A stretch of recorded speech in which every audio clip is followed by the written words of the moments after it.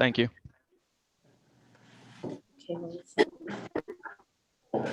Okay, call this meeting to order. Please rise for the pledge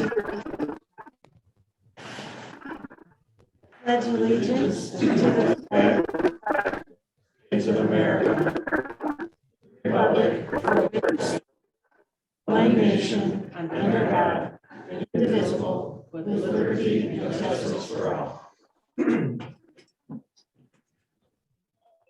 for coming this morning.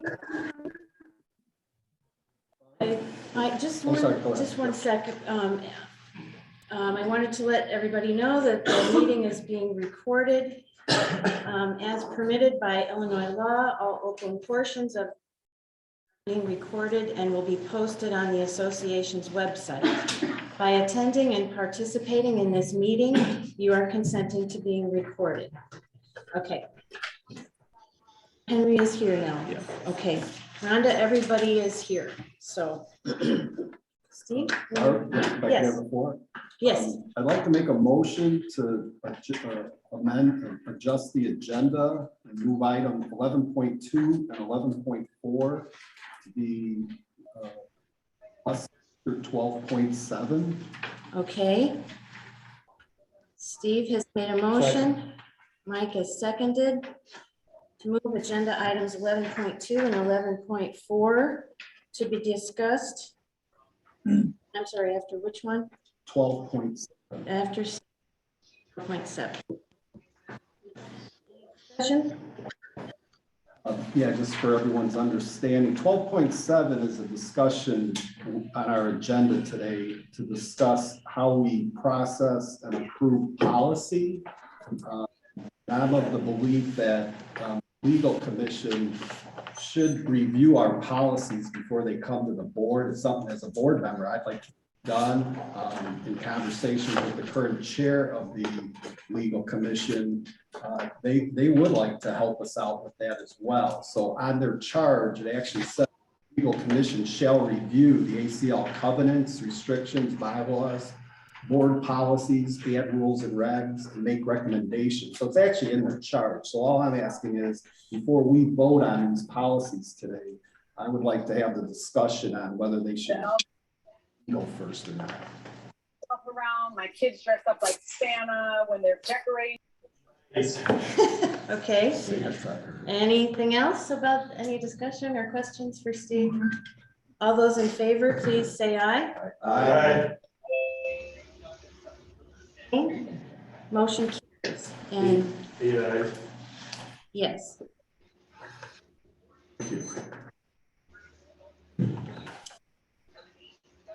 And 4.0, approve and adopt the minutes from the November 13th executive session, November 20th executive session, and November 20th regular meeting.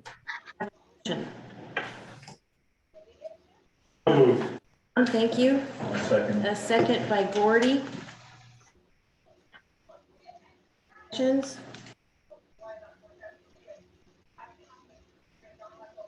Hearing none, all those in favor, please signify by saying aye. Aye.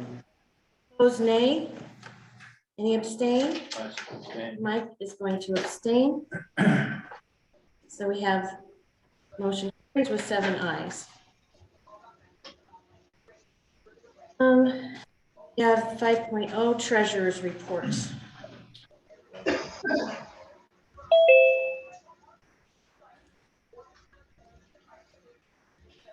Well, I do have November financials that include both a revenue and expense summary by department and a modified treasurer's report for the first time in several months.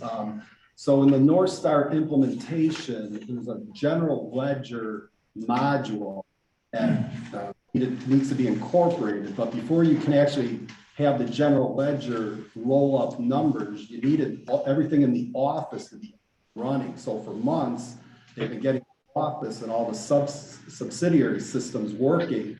Finally, are at a point now where all that's up and running. So now numbers are actually flowing into our general ledger. So Ashley Miller, our finance manager, and I have been working the last week or two to get not just the P&L that we've been generating out of the old system, but we also were able to come up with a modified treasurer's report. So I handed it out. I just got these finished last night. I handed it out to the board. I have extra copies if anybody wants to come up maybe after the meeting and look at them or have a copy to take home with you. But the bottom line on operating, and again, we've been seeing this every month, but we're tracking slightly under budget. I put this right column of the payroll impact because of the shortages, labor shortages, and some of the pressures on our payroll. I put this column out here, when I first started this worksheet, and I thought this month was the first time that I found it interesting that we're running about $45,000 under budget this year, and we're about $45,000 over in our payroll because of this tiered, I guess it's just the labor shortages in the area. So again, I have copies. There's an explanation by read through a lot of these. A lot of this stuff has been consistent. So there's not a lot of changes in the explanations this month. If anybody has any questions, let me know. On your treasurer's report that you have, things that stood out to me was in the replacement and renovation section that we have $383,000 of money's not spent.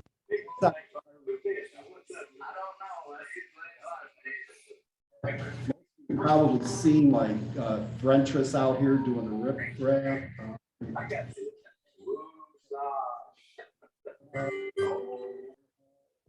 Find that now. But anyways, there is a lot of money that'll hit in December. So it's not that we're really that far under in our spending. What were those other, I can't find that worksheet right now. Or R&R that's actually been spent but hasn't hit the financial yet. The bulkhead at the recycling center was one. Rip wrap, the poles for the docks was one. Shoot, I didn't bring it either. I'm That's all right. But other than that, nothing really jumped out at me. The treasury report, there's no monthly total because Ashley brought in the whole year right now. So like in December, we'll have a year-to-date November that we can compare to year-to-date December and kick out a current month. But because we brought everything in at once, she has to go back into each month's May through November to get that detail. But the good news is, yeah, we're sitting on our balance sheet looks very strong. We're accumulating money now for these big ticket items in capital primarily. And, our reserves are at 1.4 and $1.7 million right now. Any questions? Or again, I have extra copies up here if anybody wants to go up and grab them. That's it. Okay, thank you, Steve. Thanks, Steve. Item 6.0, committee and commission reports. Want to just jump in if you have a report to give? I'll jump in first. Okay, Gordy. Under deer management, we met October 30th. There was discussion on as we look at the kind of the remodel of our archery range at the north side of the lake in the rock quarry. We're looking at framework as far as we're going to choose sand as far as a backdrop, stopping arrows, but now we're actually talking about framework on holding that sand in. So we are still in discussions with the remodel of the archery range up in the rock quarry. So also another large thing that we're going through is we're starting to look at new rules as far as zone selection procedures when there's so those are rules and procedures we're writing up that will go to rules and regs and whoever else wants to look at them, right, Steve? And for their approval. But as far as the harvest report for 2021 here so far, the harvest report is 25 does and $9. As the hunters go up and sit in their deer stands, they also have the responsibility of reporting how many deer they have seen, and as to this point, it's 285. Thank you. Good. Good. Anyone else? I have Okay. another one too. I also have, the foundation. We met Friday, December 3rd. We are in discussions in regards to the first big event for us. It's called the May Day auction, which is actually held April 30th, because of the way it lands on the calendar. So we are planning for that again this year. We are gathering items for folks donating to the foundation for auction. We are due to receive the 2022 UTV in very, very shortly. We discussed raffle ticket pricings on this UTV, and it's staying the same as last year. So we discussed that. We're also looking at a grant application process for 2022. And we also had terms that were expiring, which was myself, Sid Cummess, and Don Ford, which we were all reappointed. Okay, thanks, Gordon. I was gonna hold these up to just a example of kind of the poster you're gonna see. This is not the approved poster, but it's real close. And then also working on a new brochure for our foundation also. So you'll see this, you can see these coming out. Already have a quick question if I can. On 2021, how much did we take in and how much was the UTV? I honestly don't have that figure right in front of me. Were we positive? Yes. I think the UTV, the cost was, I'm gonna say 11.7. Don't quote me on that. It was in that ballpark. Yeah, 11.7, and I thought we took in. I think the profit just on the UTV ticket sales was like 2,500 in a positive, just on the UTV. Yeah, But not the poker run. not the you poker know, run, but just the combined. UTV. Yeah. But I wanna say Yeah. that, and this year's UTV is gonna be a little bit higher. We haven't got the exact because it hasn't came in yet, but We're making money. we're Yeah. doing okay on it. It's been a good fundraiser for the foundation, yes. Okay, thank you. I have two. Yes, Steve. So on strategic long-range planning, we met last week. What we did is we reviewed the plan on a page, it was a final review of the 2021. Sean went through each item and we looked at our dashboard. So that was a really constructive conversation. We touched base on some of the items we'd like to see added to the plan on the page for 2023. We really didn't get into a lot of discussion on it, but we're just kind of brainstorming what we're looking to do. Our next meeting is in February 25th, and that's where we actually start putting some ideas on paper. That's strategic long range planning. Legal met. Date we met, it was December 2nd. At the legal commission meeting, the first thing we did was elect officers. So you'll see on the consent agenda today, very happy to have Sean Cottrell was nominated and accepted the chair of legal. Bill Doran, who's been the vice chair, renewed his vice chair, so no change there. He's going to stay vice chair. And Jillian Gibson is the new secretary of legal. So it will be as soon as we approve the consent agenda. So that was the first thing we did. The second thing we discussed was we recapped there was an executive session with our lawyers, and we brought legal up to speed on what the lawyers were saying about our bylaws and the whole voting process that was used. And the bottom line was that our lawyers basically are saying, there was no actual there's no proof or any evidence that there was any illegal voting that went on. So it wasn't necessarily how we tabulated the votes. The bylaws votes should be, if it went to a court, they felt that the bylaws would be approved as is. The contention is how were the votes actually tabulated. So we're going to get into that conversation later today, but we brought the legal, we let the legal commission know what the lawyers were advising the board. The next thing we did at that meeting was we discussed the bylaw and the status and how best to move forward. Again, I'll have more on that later when we discuss the bylaws. And then so those are the big things that were discussed at that legal meeting. The next meeting is Thursday, January 6th. Okay, thank you, Steve. Mhm. Anyone else? I have nominating. We did have a meeting in December. We've had 2 applications for board candidates so far.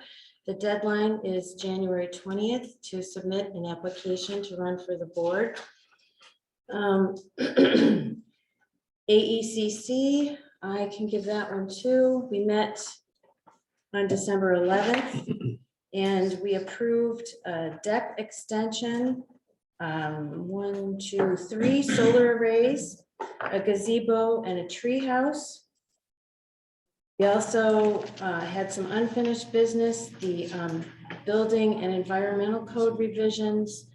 And those revisions had to do with the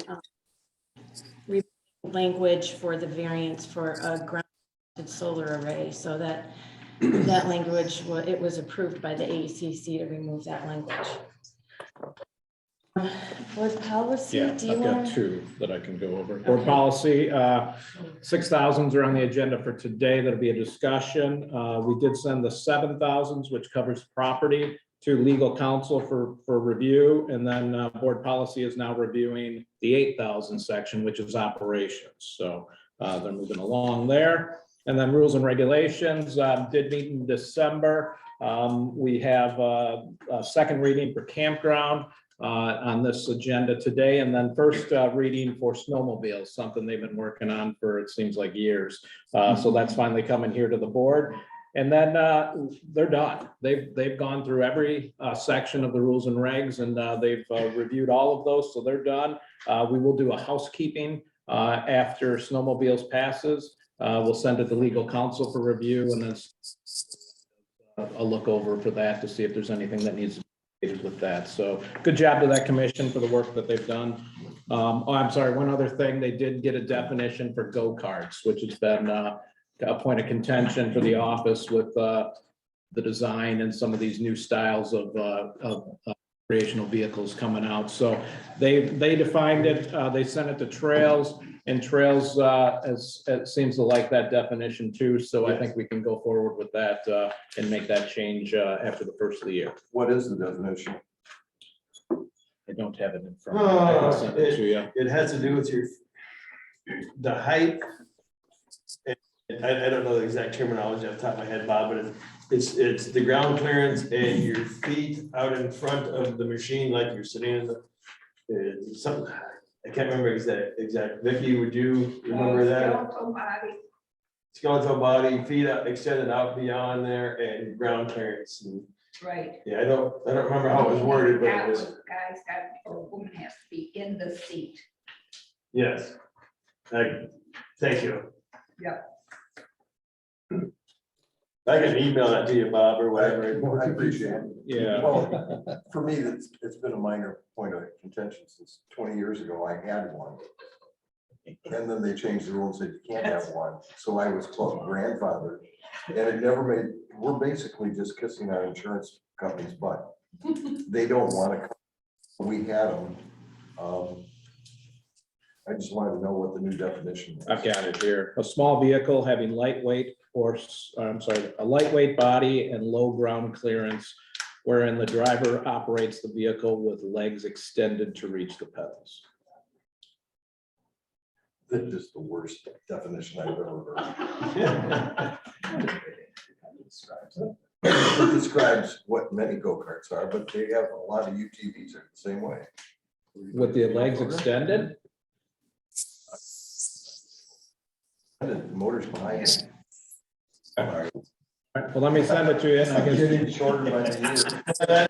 I didn't want to bring that up, Bob, but. I didn't want to debate it, I just wanted to hear what. the Okay, definition here, I'll was. send it to you if you want to massage it, that'd be. So, Okay. Any other committee reports? Paul? Okay. Item 7.0, general manager's report. okay, the ICC came out this week on their ruling for the USI proposed rate increase. And they did give them some increase. So here's what's coming for the association and for homeowners out here. Everybody's meter size rate will go down. And a typical meter size for a house is 5/8 or 3/4 inch, which was anywhere from $24.73 to $36.25. That new rate will go down to $14.76 per month. So you're getting a discount on your meter size. What they did though is they discounted that, but then they jumped up your usage. So basically they're charging you for what you're using now. For the residential usage per 1,000 gallons, it's going to be 17.696. Okay, and that's up from 10.07. Now they were asking for close to 19, so they didn't get what they wanted, but they did get quite a bit of that. For the commercial, for the association, we were also at 10.07. Ours is going up to 20.61. They were asking for 25 for that, so they didn't give them all of that. We were with a group of associations that hired an attorney to fight this, and the attorney said really the ICC this time around didn't really cooperate. I mean, they took more of the USI's word for it. Of our arguments, they dismissed, which is disappointing, and I'm not quite sure why that was, but I think will definitely be a factor in future increase proposals to do. We know this comes out every 3 years, so we'll be ready again in 2024. That'll be the next one. So I'll get this information out. We'll put it in the e-blast this week so everybody has it, but that just came out. I got this on Thursday of this week. So, and then the other thing I have, last month, a few people asked about the recycling hours and if we could extend them. What I did from that is I asked Ed to just talk to the guys, Ken, about over there, and it seems like December slowed down. Cars and Thursdays have been the biggie, and we've had about 70 cars on average on a Thursday, which isn't a lot, and we're only doing a dump once a week now. So at this point, we're not going to adjust hours, but we're always open to that. And I told them just keep those guys counting cars and let us know. And if we need to bump those up come January, we'll do that. So. Okay, thank you, Sean. The president's report will be in the Apple Corps. Item 9.0, property owner comments. If you would like to address the board, use microphone and name and lot number, and you have 3 minutes. And Tom, are you gonna? Again, Mark, yes. Can you do that? Keep track of the time. Morning, Mark. Okay. It's on. Morning, Marge Clark, 1142. I would like to make some comments on the agenda item 12.3, recording the amended and restated. First, the restated declaration is not passed, and the voting has been stopped. And that should pass before we do any work on bylaws. Secondly, the voting procedures were not followed totally. Preparation for the voting was done just fine coming out of the office. However, when the ballots were returned, they were not handled according to the specific clearly stated procedure in our bylaws. And because that was not followed, when ballots were opened, not by the tellers committee, and were given to the tellers committee already opened, the whole process had been violated. That being said, all the ballots for the covenants and the bylaws should be declared null and void. And I recommend that this motion, if it gets on the table this morning, should be voted no. Thank you, Mark. Thank you. Thank you, Mark.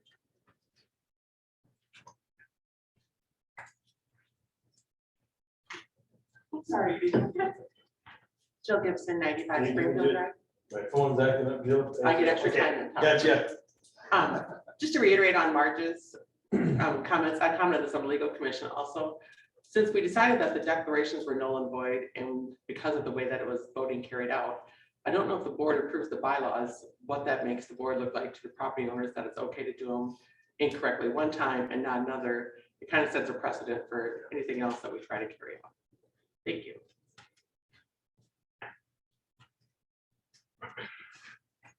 Sorry. Nice sweater. Yeah. Just the season. You can tell. I too agree with Jillian and Marge. However, I do think this is a criminal offense, and any other voting in any other place would be looked into criminally. We need to do what is right. We elected you, the board members. We expect you to do your job. That's why we voted you in. Don't forget it.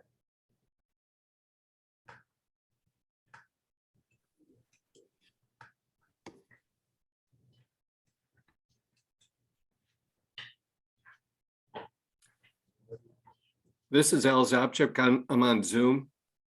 Yes, Al. I'd like to continue if you could.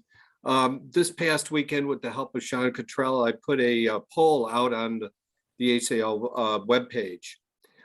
It read, the poll was about zebra mussels, and they're the invasive species that have attached themselves to the rocks and shores and docks and PCB stuff that we have at the lake. They've also attached themselves to boats and motors and can result in damage and decrease in performance on the lake. The zebra mussels are filter feeders, which remove essential nutrients, starving the bottom of the lake nutrition for the lake. And we all know that the edges of the zebra mussel shells are very thin and razor sharp and cause injury when entering and exiting the water. The poll read down, and there were 4 selections. 2 of them, which was a comprehensive approach, which includes monitoring, targeted eradication, and long-term whole lake solution, as well as use of a proper approved product to eradicate the zebra mussels in the lake, were heavily selected. Over 170 people selected those 2. And the bottom 2 areas, which was to utilize a state biologist or agency to recommend options to control the zebra mussels, or do nothing. There were only 2 selections on that. With that said, I fired off an email to both Barb, you and Sean, requesting that I could go have a green light to go move forward with Dr. Hamlin. And Dr. Hamlin is an accomplished chemist and scientist who has eradicated zebra mussels on many lakes in Pennsylvania, Michigan, Illinois, Wisconsin, Minnesota, and Texas, just to name a couple. He is recognized by the UMN Minnesota Aquatic Invasive Species Center and the USGS Upper Midwest Environment Science Center for his work and publications on eradicating zebra mussels. He's the inventor of a product called EarthTech QZ, which is used to eradicate zebra mussels on lakes. I've been given the green light by Sean to set up a meeting with the board and the conservation committee. I'll be working on that setup for these 2 areas. And if anybody needs to be involved and wants to be part of that Zoom meeting, I guess you can let one of those areas know. I hope to get this scheduled just after the first of the year, okay? But I just wanted to let you know I'm moving forward and working on this for the lake's benefit. Thank you. Thank you. Thanks, Al. Anyone else? Hi, this is Sean Cottrell, 1A82. Yes. Good morning, everyone. Oops, I have some words written down here. In times such as these, I borrow from the great orators of history to inform my address of this association. On October 5th, 1938, the eve of World War II, Winston Churchill delivered an impassioned speech before the British House of Commons, and that has served as inspiration for my words today. If I did not begin this morning by paying the usual and indeed most invariable tributes to the Board of Directors for their handling of these crises, it is certainly not from any lack of personal regard. We have always, over a great many years, had very pleasant relations, and I have deeply understood from personal experience of my own in a similar crisis, the stress and strain they have had to bear. But I am sure it is much more better to say exactly what we think about public affairs, and this is certainly not the time when it is worth anyone's while to court political popularity. I will therefore begin by saying the most unpopular and most unwelcome thing. I will begin by saying what everybody would like to ignore or forget, but which must nevertheless be stated. Namely, that our association has sustained a total and unmitigated defeat, and that the lake has suffered even more than we have. I do not grudge our loyal, brave people who are ready to do their duty no matter what the cost, who never flinched under the strain of last week. I do not grudge them the natural, spontaneous outburst of joy and relief when they learned that the hard ordeal would no longer be required of them at the moment. But they should know the truth. They should know that there has been gross neglect and deficiency in our defenses. They should know that we have sustained a defeat without a war, the consequences of which will travel far with us along our road. They should know that we have passed an awful milestone in our history, when the whole equilibrium of Apple Canyon Lake has been deranged, and that the terrible words for the time being have pronounced against transparency and accountability. Thou art weighed in the balance and found wanting. And do not suppose that this is the end. This is only the beginning of the reckoning. This is only the first sip, the first foretaste of a bitter cup, which will be offered to us year by year, unless by a supreme recovery of moral health and martial vigor, we arise again and take our stand for freedom as in olden time. I say these words to inspire members of the board to embrace their charge and to do what is right by Apple Canyon Lake, putting forth what is best for the association rather than driving political agendas. Thank you. Thanks, Sean. Thanks, Sean. Anyone else?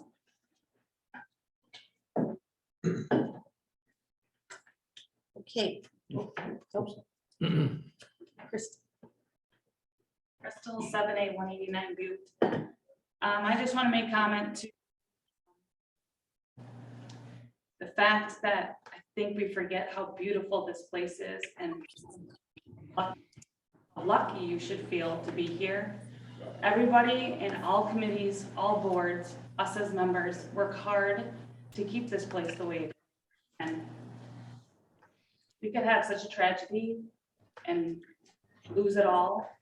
And you guys have to remember that as you're pointing fingers, we could always have worse.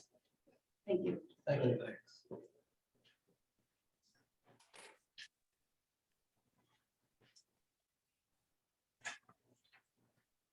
Good morning, Mark Costco, 1A74. I just want to echo Crystal's words and thank you guys and gals for what you've done for the association in the time that you've been on the board of directors. I think you do what you do in the best interest of the association. You may not always be viewed as right by the membership, but I think you have our best interests at heart, and you don't do anything willfully or intentionally to diminish what we have here at Apple Canyon Lake. I've been here for 20 years. I've seen good, I've seen bad. And I just think your hearts are in the right place. Thank you. Thanks, Mark. Thank you.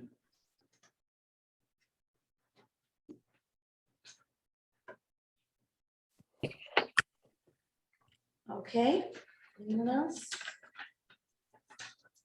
All right. Thank you all. Moving on to item 10.0 consent agenda. 10.1 December committee commission changes. The recommended motion is to appoint Sean Cottrell as chair and Jill Gibson as secretary of the legal commission, and to accept the resignation of Jody Ware from the legal commission, and to accept the resignation of Mike Harris from the and Rules and Regulations Commissions, and the AECC. Would there be a first for that motion? I'll second. Was that Nolan? Yeah. Nolan is first. Steve. Seconding, Rhonda. There is no discussion. All those in favor, please signify by saying aye. Aye. Nay. Any abstain? Motion carries with 8 ayes.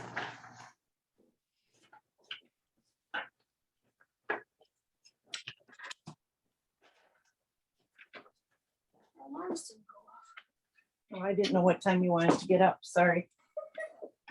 We're moving on to unfinished business. And we have item 11.1, Rules and Regulations, Campgrounds. Winter storage. A revision to section 10, Campground D, seasonal campsites, to the Rules and Regulations Commission at their November 5th meeting. The recommended language prepared by staff was approved unanimously by Rules and Regulations and recommended to the Board of Directors for approval. The current rules and regulations require that the owner pay all required fees on all lots owned by March 1st, complete an annual campsite license, and provide insurance and a state recreational vehicle registration or title. A current state recreational vehicle registration must be provided if the camper is transported to or from the campground. Camper storage not paid, in parentheses. A current state recreational vehicle registration or title will be accepted if camper storage fee is paid. Owners have argued with staff that it doesn't say when camper storage is paid. We have had owners state that they will pay camper storage later and only provide a title by March 1st. Sometimes the camper storage fee is eventually paid, but sometimes it is not paid, and no state recreational vehicle registration is provided. To ensure that every seasonal campsite is truly compliant with the March 1st deadline, we are asking that the camper storage fee also be due March 1st. If owners do not want to pay camper storage March 1st, they can request it be removed from their account and provide a state recreational vehicle registration instead. This revision was presented to the Board of Directors at their November 20th meeting, and no additional changes were recommended. The recommended motion is to approve the revision to Rules and Regulations, Section 10, Campground, as included in the December board packet.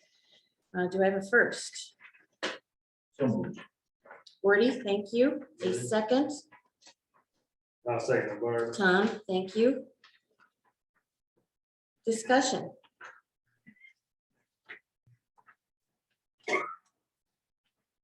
This all seems to be pretty specific and clear cut. Yes. I would agree. Okay, hearing nothing else, all those in favor, please signify by saying aye. Aye. Opposed, nay. Any abstain? Motion carries with 8 ayes. Okay, so we're going to move on to item 11.3, since we've revised the agenda, employee handbook.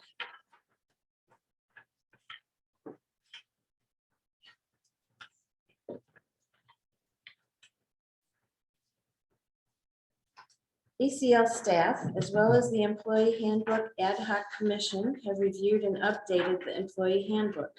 The updates include new language regarding marijuana use, weapons in the workplace, emergency management, as well as Illinois statute requirements and staff recommendations. The acceptable use policy has also been updated by the Board Policy Ad Hoc Commission with grammar changes and a change due to operations. The employee handbook revisions were presented to the Board of Directors at their November 20th meeting. A few minor revisions were suggested by the Board of Directors at that meeting and have been incorporated into the document included in the December board packet. These revisions are highlighted in red. The recommended motion is to approve the employee handbook included in the November board packet with changes discussed at that meeting as included in the December board packet. Do I have a first? Mike, thank you. A second? Thank you, Steve. And discussion. I just want to say thank you for addressing, in a more, put some analytics to the firearm, use of this thing, weapons at workplace. So thank you for putting some efforts to that. You're okay with that? I'm okay with that. Okay. Anybody else? Okay. Hearing nothing, all those in favor, please signify by saying aye. Aye. Opposed, nay. Any abstain? Motion carries with 8 ayes.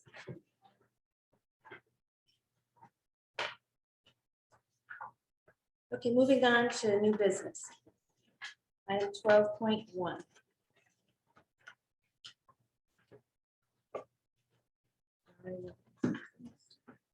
General Manager's compensation package. The Executive Committee is responsible for providing the General Manager with instructions, directions, goals, and objectives regarding his/her duties within the scope of duties and authority delegated to the General Manager by the Board. The Executive Committee is to annually evaluate the General Manager's performance with input from all board members and recommend for the Board's approval of the annual evaluation and compensation package for the following year, consistent with any employment agreement between the association and the General Manager. The Executive Committee met with Sean Nordley in June and December to review his short and long-term goals.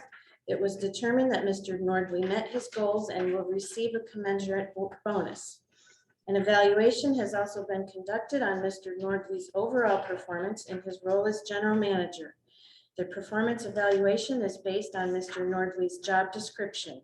The performance evaluation is the basis for which the 2022 salary compensation is determined. The Board of Directors have discussed and agreed upon an appropriate increase for Mr. Nordley's 2022 salary. The recommended motion is to approve Mr. Nordley's compensation package as agreed upon by the Board of Directors. Do I have a first? Oh, I got it. Tom? Yep. Thank you. Second? Yes. Mike? Mike. Discussion. Okay. All those in favor, please signify by saying aye. Aye. Opposed, nay. Thanks. Any abstain? Okay, motion carries. Just an FYI, it looks like Henry was trying to say something, but he's muted. Sorry. Okay, Henry, were you trying to vote? You're muted. You're muted, You need Henry. to unmute yourself, Henry. Which is really rare. Yes, I will abstain. Okay, so we have 6 ayes, 1 nay, and 1 abstain. Motion carries. Item 12.2, General Manager's Performance Goals 2022. It is the responsibility of the Executive Committee to provide the General Manager with instructions, directions, goals, and objectives regarding his or her duties within the scope of duties and authority delegated to the General Manager by the Board. The Executive Committee is also charged to annually evaluate the General Manager's performance with input from all board members and recommend for the Board's approval the annual evaluation and a compensation package for the following year consistent with any employment agreement between the association and the General Manager. The Executive Committee met with Sean Nordley, GM, in December 2021 to set his short and long-term goals for 2022. The Executive Committee will review the goals with the General Manager periodically throughout the year.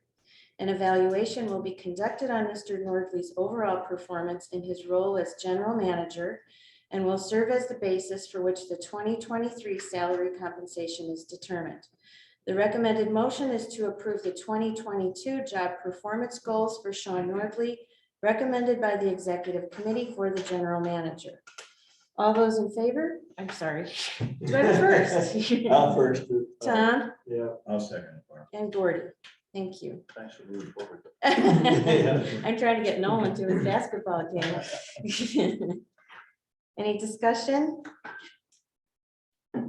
Hearing none? That's it. Okay, that's 2022.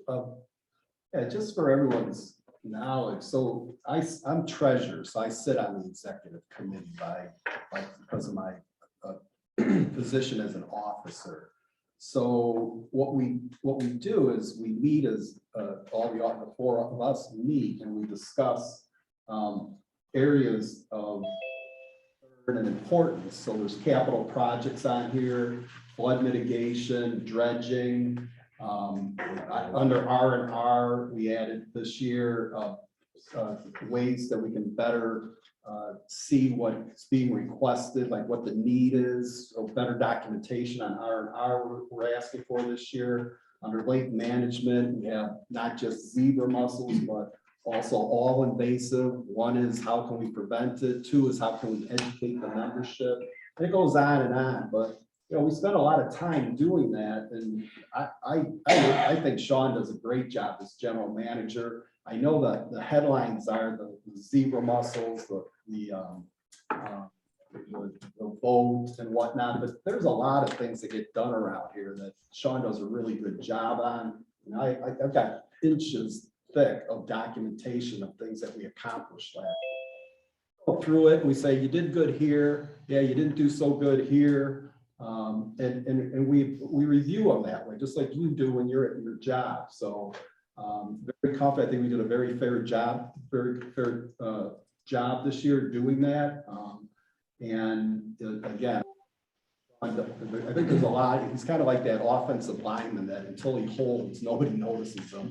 But just keeping all our amenities open this year and running at a time where he was moving staff around on a daily basis, just so we could enjoy the lake life that we do.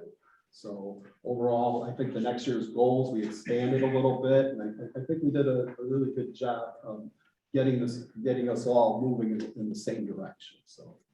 Did the executive committee discuss having development of Sean's self-evaluation next year and staff evaluation? Because we talked about that, having staff like the department that's doing evaluation. Is that not discussed at all? No, We did discuss it. We talked about it last year and they said, no, it's too late to do it. We'll look at it for next year. We didn't talk about that last year. It was brought up by John Anderson in June at the midpoint That of was this last year. year, yeah. That's June is this That year. was for this year. Well, Yeah, So we discussed, yeah, we did talk. Do you want me? yeah, go ahead. So my position on it was, so we as board members, so yeah, there's this executive committee, the officers, but all the boards, which I was reading these things say with input for the board. So every board member, all 9 of us got a packet. And in that packet are listed all these areas to review Sean on. And one of them is personnel. And so when I write my comments on Sean's performance, I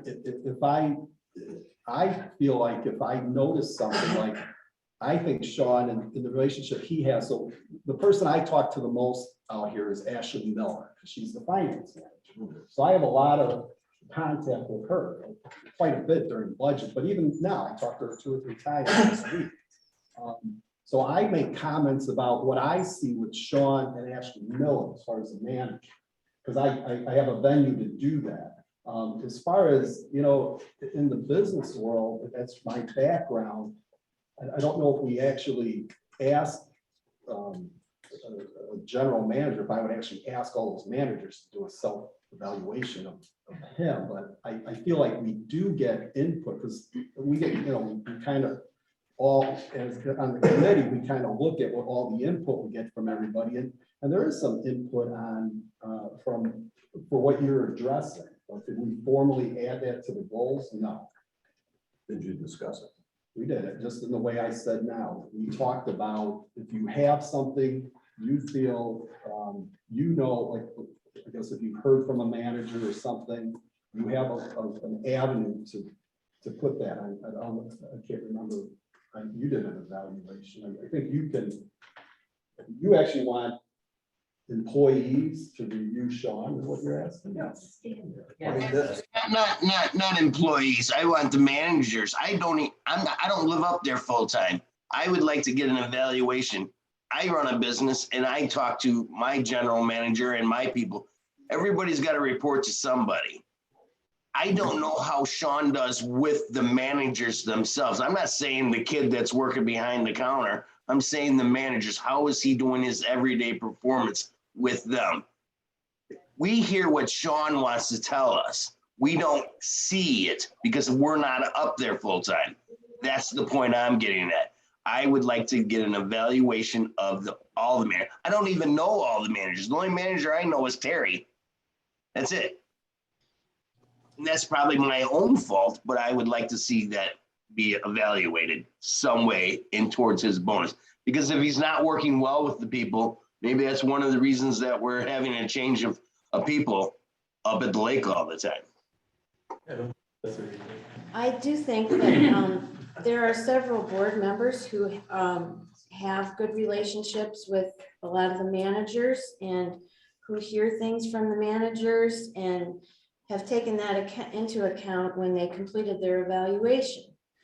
There is an area in there about human resources and personnel, and I know that there are some comments that were made in there and that it was addressed, and that's why it was part of our discussion at the executive committee, that we thought that that would be sufficient in completing the evaluation. Is anybody, if they have a relationship with a manager and they hear some things from managers, of course you can put that in your evaluation, and some people did. Yeah, so to clarify, we're on 12.2, which is his goals for next year. You're not proposing putting that as a goal. I mean, you're proposing the document we all got as a board member, that evaluation sheet. Will it be revised? Since it doesn't exist, I thought it would be good to put it in a goal for Sean to work on developing. And let him actually work on developing a tool where his managers can respond to him. What Barb described is very accurate, but very informal. Like John just said, he's not here that much, so he doesn't have those relationships with the managers. I'm only aware of 2 managers, and one I've sent work orders to repeatedly and been totally ignored. So I can't count on that as an official way of communicating with managers. Way too informal. I believe Sean does a great job, but that's what everything that I hear that Sean does. But I'd also like to hear the other side of the story too. I'm not going to go ask every employee. I'd like to just hear a review out of the managers. They're the ones that got the report to Sean. Well, I guess, and my own thing is I've gone and sat in their offices, took it upon myself to go. I've sat in Ed's office, I've sat down with Terry, I've talked to Susan at the marina, who she's not a manager, but she kind of runs the marina. I've taken it upon myself to go and find out this information. But that's just me. I'm not pointing fingers. I'm not saying it's easier for me because I live here full time. My question onto that is, didn't we say to Henry when he was trying to talk to the trash guys that we couldn't do that?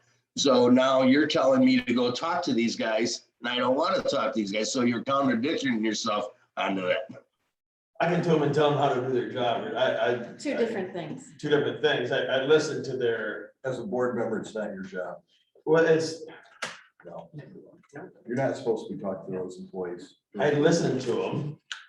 It's okay to have a relationship with them, but you're not supposed to be telling them what to do, what they're doing right and what they're doing wrong. I listen to a lot of them, probably all of them. And I don't give them any information the way I feel about it, but I say, okay, I'll go back and I'll talk to Sean about this. It's been happening forever. I mean, I get phone calls from them. This is no different than anything else, but I don't tell them what they can do and what they can't do because that's the general manager's job. Right. So I don't. I do listen to them. Yeah, I listen all the time. You can listen to them, Said you don't but share. them out. What's that? So we have a goal of personnel management, mentoring, and professional development. You would like to add to that goal? I do. Okay, so we met earlier, Okay. went through these, and 8 of us agreed they were okay. Now we're here. Right. You weren't at that meeting earlier today because your alarm would go off, I get it. But anyways, we're not change what's on here. Okay, is that okay to do now? I guess. No, that's- I want the executive committee, we went through this morning, we're done with it. Yeah, we approved it. And. It can Yeah, definitely, but I mean, we should be able to. it can be a definite, somewhere. it can be a discussion for, how to incorporate it in future goals. How we get feedback from staff. I Sean, mean, do I'd like you to, have any problem with that, Sean? I'd like to see a plan from the people who want to do it. Can you give us a plan on how to accomplish that? Can you give me something in writing rather than throwing it out at the last second? This is Sean Cottrell. Can I make a point of order real quick? Sure. Sean Cottrell, 1A82. When these goals are being developed at the committee level by the executive committee, and the executive committee is developing the evaluation criteria that will be submitted to the rest of the board to actually conduct the evaluation, is there a reason why those meetings are not held in open session where this type of input? I mean, I would love to contribute to developing a formal process to include this type of review that Bob Bellinger has just mentioned, and that it also seems like some of the board members are executing on, of their own volition. I think standardizing and formalizing that process would be a great idea. So I'm just looking, what avenue would I have as a member, as a property owner, to actually contribute to developing those criteria documents before the evaluation is conducted?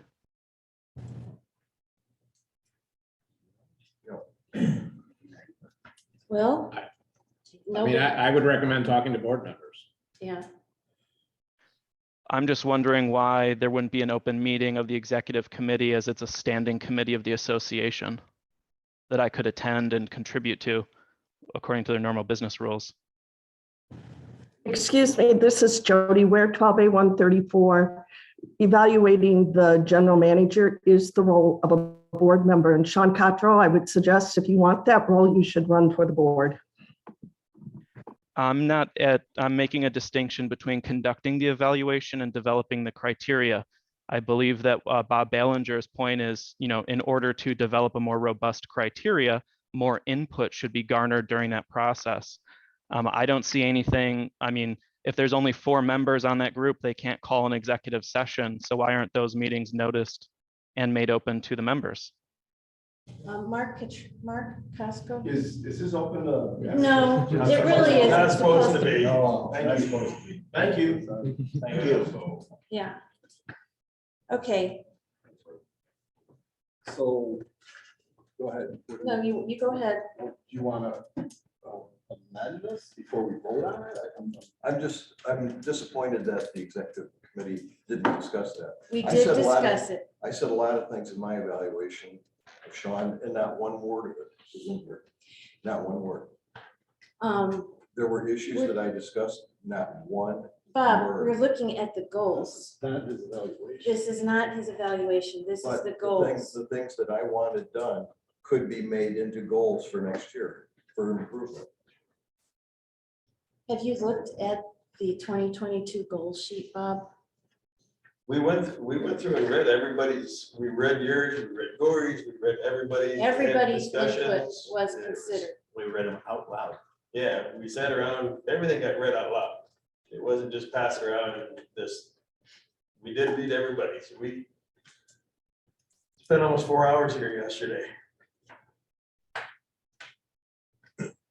I don't see I think we should go ahead and go for a vote. If you want to vote no, you can vote no.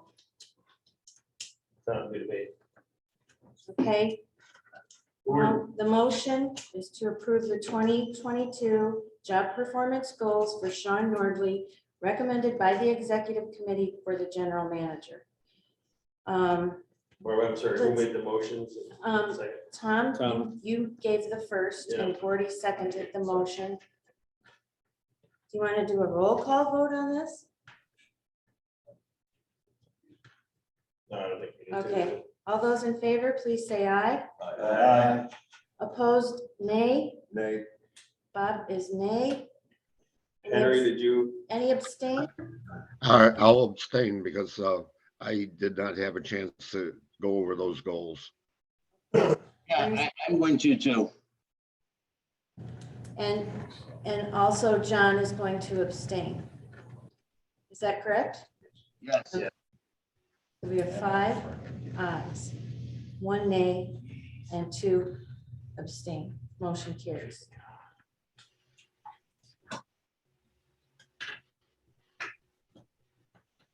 Item 12.3.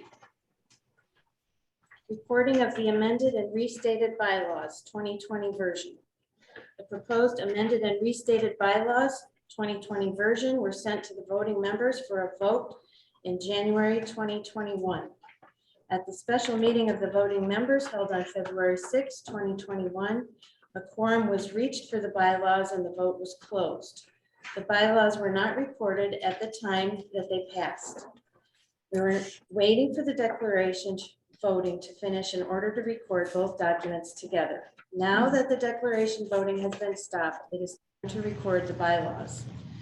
The recommended motion is to approve the recording of the amended and restated bylaws, 2020 version, in the office of the Recorder of Deeds, Joe Davis County, Illinois. This instrument is recorded for the purpose of in its entirety the Apple Canyon Lake Property Owners Association amended and restated bylaws, hereinafter referred to as the 2017 bylaws, recorded on November 21st, 2017 as document number 396754 in the office of the Recorder of Deeds, Joe Davis County, Illinois.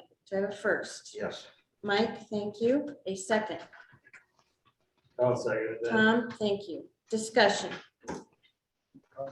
I wouldn't like to start the discussion. Go ahead. Okay, so just a little history. At the end of every, at the annual meeting every year where we elect a new board, after that, the next board meeting, we're all asked as board members to accept board liaison positions for every commission. So I was asked to be the legal commission board liaison in July of this year, and I accepted it. So before that, I wasn't, I probably couldn't tell you the difference between a bylaw and a covenant a year ago before I got on this board and everything. But since that time, I've learned quite a bit. One of the things I do then is I'm on all the legal commission meetings. And one of the people that's been on the legal commission for quite a while, who actually helped write all these stated declarations and bylaws, is Bill Doran. And Bill Doran is an attorney by trade. And I really like listening to Bill. He'll get into a real logical, you can almost hear his brain going, and he just gets into these real logical explanations of what we just discussed. So at the very last board meeting, where we were discussing the voting, what happened with the bylaw vote specifically, kind of towards the end, after like a 5-page discussion that the legal commission had, I thought his words, what he said, and these are right off of the minutes that we just had at the last meeting just a couple weeks ago. These were the words that were captured. Sean, the new chair, recorded the meetings, and I actually verified with him that he actually went back and listened to the meeting before he approved these minutes. So these are pretty solid with Bill Doran's perspective on what happened. So I just like to read that to everybody.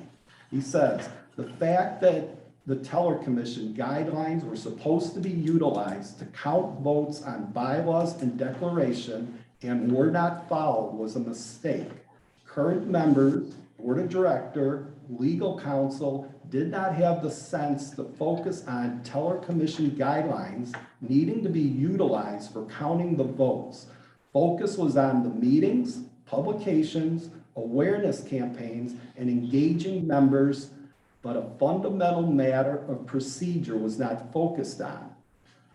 So he also says, so rather than shoehorn bylaws in, which is disappointing, but is what it is, avoid dealing with them, with the mess for bylaws that are not consistent with processes not adhered to. The teller commission process was not adhered to because a hardworking group of people, unpaid, tried their best and didn't get it right. From Bill's perspective, nothing sinister here, but it would be a clean slate and better to start from that footing. So the next two lines on here where Sean Cottrell, your current chair of legal, says agreed. Jill Gibson, your current secretary of legal, said agreed. I was zooming at home and under my breath, I said agreed. So the four people that represent your legal commission all agree that what transpired was wrong. And I don't think this motion to whether we should put the bylaws in or vote on whether they should be recorded or not is actually what I would have hoped to have seen here.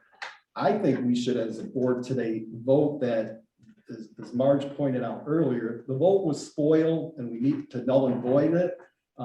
As hard as that is, as disappointing as that is, I think it'll get us to a point where we're on some solid ground where we can then move forward. So when we do get to the recommended motion, I would be in favor of putting it here, not just whether to vote no on recording it, but to actually make a motion that we found that the vote was spoiled and that the bylaws should not, we can't accept the bylaws as approved. Thanks, Steve. So hearing Bill talk, and then hearing our attorney says there's nothing done improperly. I'm just trying to learn everything. I'm not trying to start an argument. Don't get excited. I'm just trying to gather my information before my vote. We heard from our attorney and nothing criminal, nothing wrong. Nobody gained anything by if we vote this and record this. I'm just going by what our attorney has said compared to Bill. I just want to learn this, and I know you can interpret things differently. I'm just trying to learn here. I'm not reading anything into this. So there's no proof of tampering on the vote. So the votes that were brought in, nobody can prove that someone took a yes vote, made it a no vote, or vice versa. I don't think we ever said there was tampered with. It wasn't followed. And Tom, this is before you were on the board. No, 3 years ago, we had 3 different attorneys giving us an opinion on a position. Guess how many opinions we got? I got 3. We got 3. And just because your attorney says something doesn't mean it is God's law. No, it's their opinion. His opinion is nothing, because there was no fraud, then it's okay. My opinion is we didn't follow our own darn rules. Okay, and that's fine. I'm just trying to learn this, Bob. I'm not throwing anything out there. I'm trying to gather this. And Henry probably knows too, I'm an electrician, so you can interpret the code, electrical code 2 different ways. And in the end, I've argued that with inspectors. It's the authority having jurisdiction it comes down to, is who is under the way. So I'm looking at our legal, the guys we pay this compared to Bill. I'm just trying to learn and gather the information. I'm not saying one way or the other I haven't voted. I'm just trying to learn here. And how. Wasn't it October when we voted to stop the vote for the declaration? Wasn't it October? November. I'm sorry. And it was unanimous vote to stop it. And the reason I voted for it is because the votes were open. Correct. So now, if we turn around and say, okay, well, the bylaws, they're okay, we're gonna go through this, it's gonna make us look like a bunch of damn fools. Because we're contradicting everything. You're being too kind calling us fools. Pardon me? We're worse than fools if we approve it. Well, thanks. No, but I mean, it's just, I don't think we can, in my head, we can't vote this in because. One other thing that Mark said it, I think it kind of got by everybody is, and I've said this a couple times since I've learned it, is I think the biggest mistake that was made, not pointing fingers, is trying to pass both documents at the same time. You really, once you understand what's going on, that's a restated declaration takes 2/3 of every member here. So that's the declaration. Every person that has a piece of property, you have to get 2/3 of them to vote. To pass the bylaws, you have to have so many people vote, don't get me wrong. But once that you have that number of people, it's only 2/3 of who voted on that day, like on election day. So it's a big difference. Yeah. So the biggest problem, the problem we have now, I mean, even if you guys wanted to pass the bylaws today, they're not aligned. You didn't pass the declaration first. That's what Marge said earlier. So what we would need to do after we do this reset and then we get onto some solid footing today, we can then say, okay, let's like maybe look at the declarations one more time, get those approved, and then you come back and you would then ask for a vote on the bylaws. And if for no other reason that this bylaw that got enough votes shouldn't even have been out to vote this time. We should probably just reset everything and get on some solid ground so we can move forward. Why were they originally put together? So the bylaws was voted on first and passed. They were the very first voted together. You were saying we did both at the same time, but the bylaws was voted on first. No, They passed first. Not together. Because we had 9 for the bylaws. Together. Right, okay. You don't need the supermajority for the bylaws, yes. So back in February, about approximately 900 people voted by mail. Please, can you be quiet in the audience because I'm going to hear when there's back talk. I'm just trying to remember how we did that because we had our town hall meetings going through each and every section of the bylaws and also the declarations. I'm sorry, I don't remember that we voted on them at the same time. Right, but the minute you put both of them out for vote, the very first tally, which was in February, you had approximately 900 people, which was enough to pass, and 2/3 of them voted in favor of the bylaws. So back in February, the bylaws technically passed. So that's not what's under discussion. The problem was those votes when they came in weren't handed confidentially to our teller commission. And that I understand. Yeah, and it's that part of it, that they were open, they weren't, the teller commission rules weren't followed. But back in February, the bylaws only needing 2/3 of the people that voted on that day. Again, once you went over like 550, you had enough votes. We had about 900. So it passed because there was enough people that voted day one. The declaration takes 2/3 of 2,743. That's 1,800 votes. People have to vote in favor of to pass the declaration.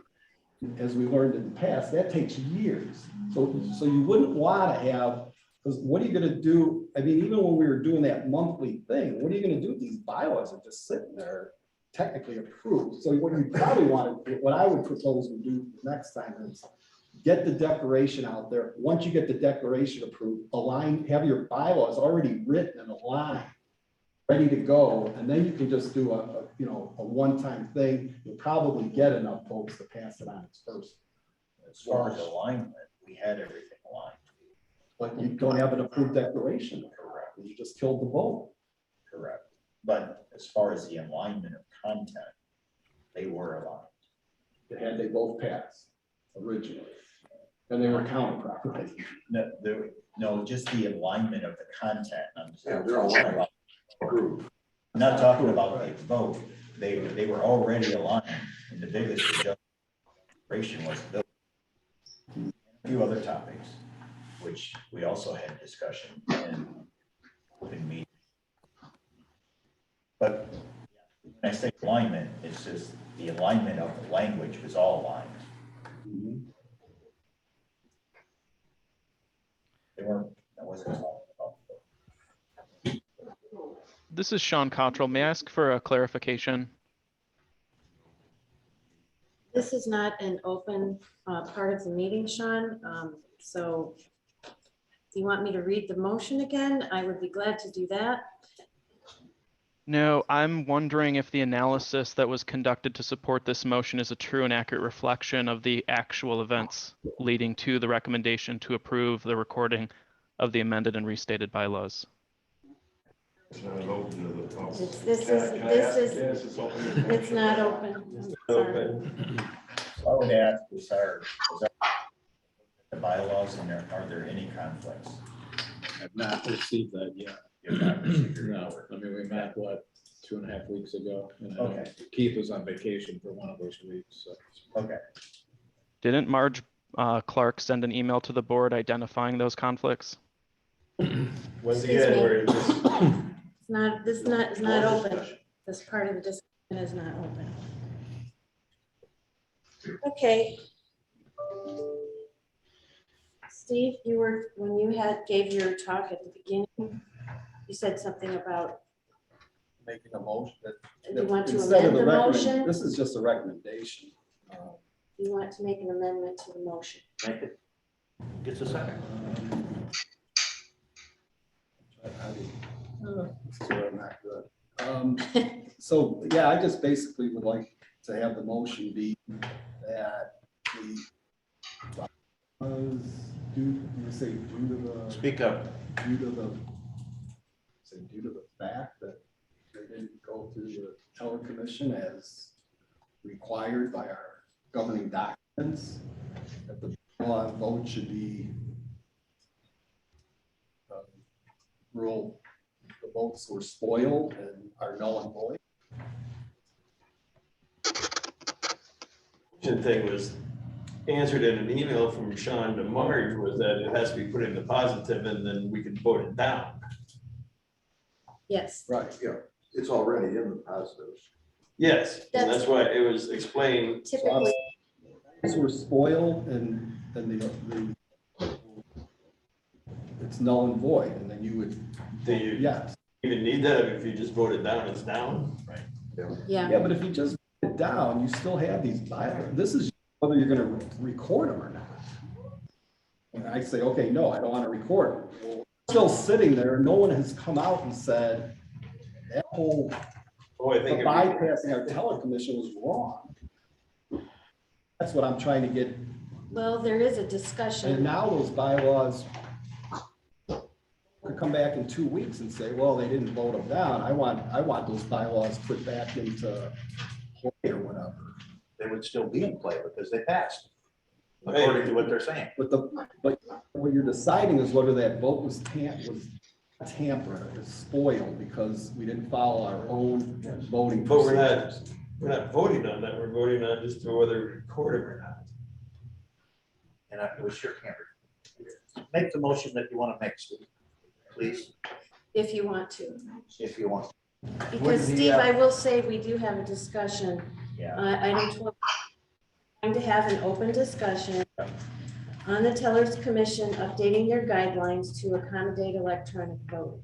So, I mean, we know that we know that we need direction on how to move forward.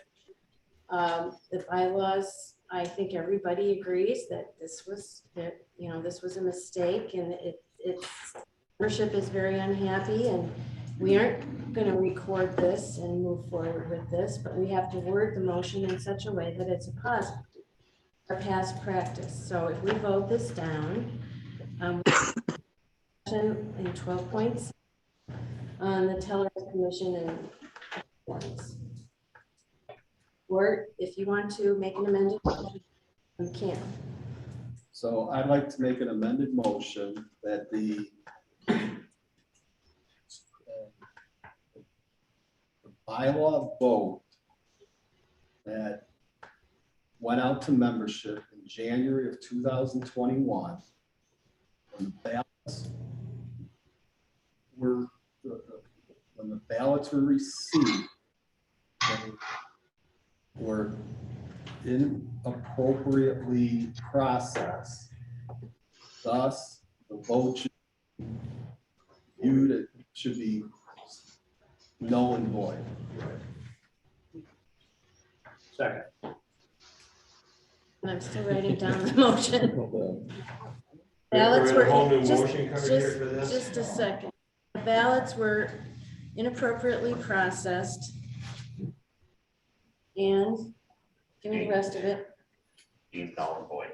Are deemed null and void. Thank you. So I'll read that, okay? What Steve amended motion is for the bylaw vote that went out to the membership 21, the ballots were inappropriately processed and are null and void. Did I get that?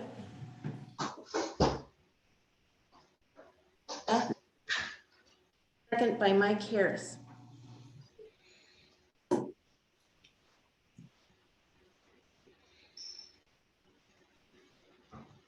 Okay. Any discussion, any more discussion on the amended motion? I guess my discussion is a lot of us that were here at this meeting with our legal counsel, we heard that nothing was done wrong. But yet we sit here without a report that tells us any conflicts with bylaws. So we got two different views on the board. Was it done right? Was it done wrong? Our legal counsel tells us we did it right. They're wrong. No, Well, so he didn't wrong. say we did it right. He said if to a court of law, if no one could prove actual tampering, it would probably be up. I mean, it is. But he did it. You say we could have done. Yeah, I wish we would have had that report here. And I think Well, you but said that you still, I wish we still still would Think of it disagree. as, be logical at this point. So we aligned both documents, so they're aligned. Now this one's aligned. I think this one, he's gonna come back and tell us, oh yeah, no problems, it's totally aligned. It can't be, because we changed Yeah, it. you're right, you're probably I right. mean, just from a logical Well, standpoint. you're probably right. He was going to align them. Huh? He said he would go through and find stuff to align, right? Well, that's a different conversation. I was fully prepared if we didn't report from him to just table this thing. Because I wanted to see his report, but we don't have it. And I think because we didn't use our teller commission when it's clearly stated in our governing documents that we're supposed to on all votes and membership. That is the key point. You are so correct. That's why you have to do that. I feel if we want our membership to have confidence in us, that we have to vote to disregard those ballots. Yep. All right, let's do it. Okay, so That's simple. we're voting on the amended motion that Steve Borst made for the bylaw vote that went out to membership in 2021. The ballots were inappropriately processed and are deemed null and void. It was seconded by Mike. We write it on a card when that. You can have my sheet. Yep, thanks. So we're gonna do a roll call vote on the amended motion. Okay, Gordy? Abstain. I'm just not in a position to do a yes or no on this. Bob? Aye. Steve? Aye. John Anderson? Aye.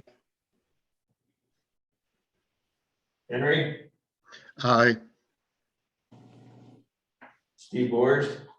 I already got Steve, sorry, I see it up there. But it's Chicago, you can vote twice. Mike. Mike and I I. voted the vote. Sorry, that's it. I will abstain. Nolan? Aye.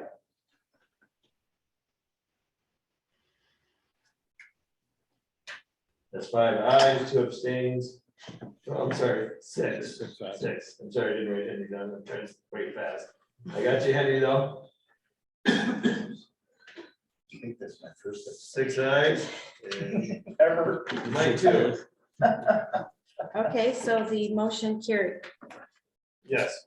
Now, if we go afterwards, Barb. Okay, Thank you. So then we still Can I have to vote. make a final comment? Just real quick. Uh-huh. Just a final comment is to all those people that worked on these restated declarations and bylaws, thank you for all your work. I think Sean at the last legal meeting said it great. He said, I'm not advocating that we simply trash the work that was done. I think the recommendation should be, what the recommendation is, that the bylaws were spoiled, but we're gonna keep a lot of that rewrite. And we're gonna come back to you members first with I'm speculating, I would propose the board asks the legal commission to come back with a game plan to move forward with a declaration that you're gonna feel confident that has been, that hopefully will get you the pass. And again, we're gonna need 2/3 of everybody. So we're gonna all need to be on the same team to get that done. But all the work that's done isn't gonna lay on the editing. We're gonna use a lot of that, right? Maybe tweak a couple things because we have this like soft restart, but we're gonna get these things passed. It may take a year or two, and then we'll get the bylaws, we'll get all our documents aligned. I'm very comfortable saying that, very confident that'll happen. But thank you, board, for to a point where we can move forward. We're not saying there's anything wrong with the revised bylaws. We're just saying the process of counting is incorrect. Right, and I understand that. Yeah. It's just like that one person telling me one thing and everything. That's my first discussion in about 6 years. I think, though, if you want another opinion, you can find another lawyer that will disagree. So does that take us to 12.3 and I'm recording these? Well, now we still have to vote on the original motion. Correct. No, he amended that motion. Voted to amend the motion. So Now we it's- have to vote on the Now we have to vote on the motion, okay? Just as he, We just voted on his amended motion. And it okay, passed. okay. Okay, so we're all, I'm just making sure I'm square with everything here. Okay, Let me get a seat if I want. 12.4. I don't have me down there, Tom. I'm enjoying it.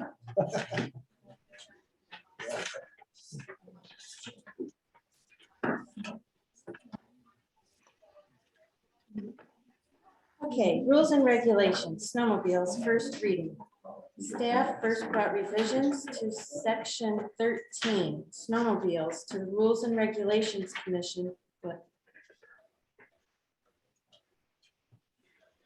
Oh, this is a first reading, I beg your pardon. So, yeah, can I have a motion to suspend Robert's Rules of Order? Mike, thank you. Second? Tom, thank you. All those in favor? Aye. Abstain, motion carries. Okay. Staff first brought revisions to section 13, snowmobiles, to the Rules and Regulations Commission at their February 7th, 2020 meeting. Minor changes were recommended at that meeting, but the major issue of a snowmobile or ATV potentially falling through the ice into the lake needed further research. Sean Nordley and Julie Jansen worked on this throughout 2020, delayed due to COVID, and presented their findings to the Rules and Regs at their February and March 2021 meetings. The Rules and Regs Commission motioned to recommend the revised section to the Board of Directors for approval at their March 5th, 2021 meeting. This section was presented to the board for a first reading at the March 20th meeting. Several suggested changes were put forth at that meeting. It was also suggested that Association Legal Counsel review the language. The language was reviewed and rewritten by Key and Costello. This revised language was presented to Rules and Regulations at their April 9th meeting, and they did not have any issue with Key and Costello's changes, but continued to debate the fine for a vehicle going through the ice at their April and May meetings. At their June 4th meeting, Rules and Regs motioned to present section 13, snowmobiles, as amended to the Board of Directors for approval. Because this section has changed fairly significantly since last reviewed by the board, it is presented again as a first reading. There was more discussion about this section, and it was once again sent back to Rules and Regs for further consideration. Rules and Regs Commission reviewed snowmobiles again and has submitted a new recommendation addressing concerns raised by the Board of Directors. Section included in the December board packet. No motion is required, and so let's open a discussion.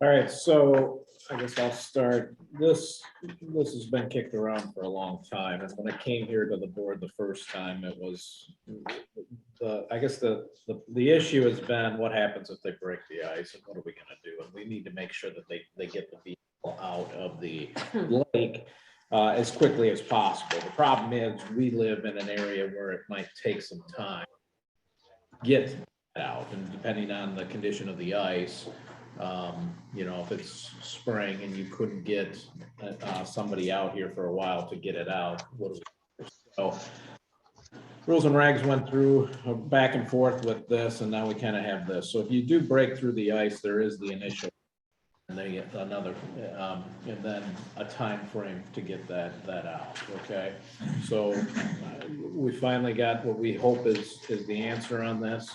I guess that's where we are today.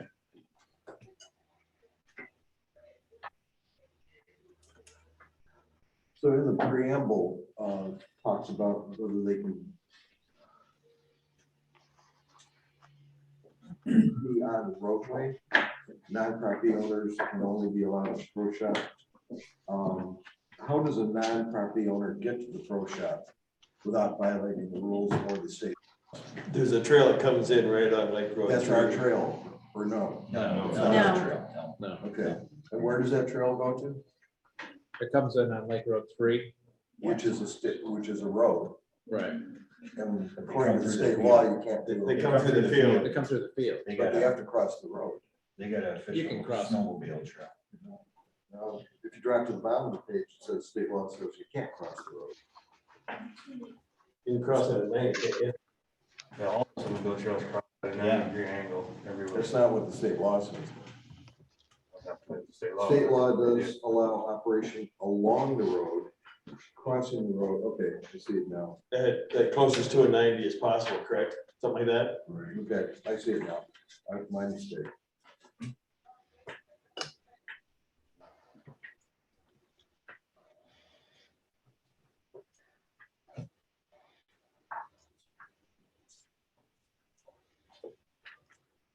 Any other discussion about the changes that rules and regs made to accommodate board requests?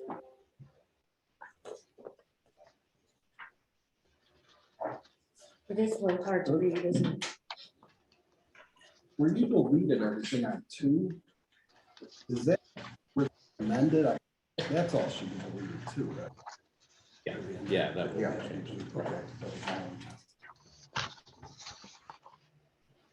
Have a line to it. So if a snowmobile breaks through the ice and sinks, we fine them. But if your boat sinks, do we fine them? We don't, and I mean, that was brought up. It just seems a little weird that a snowmobiler would get fined, but a boater wouldn't. The same issue exists. You got, or it's a problem, you have to get it out. Is one considered neglect though? Yeah. When you drive your snowmobile on, I don't know. I mean, we see boats underwater after hard rain events, you know, versus a snowmobiler taking a risk on thin ice. Right. One is self-inflicted, the other is not.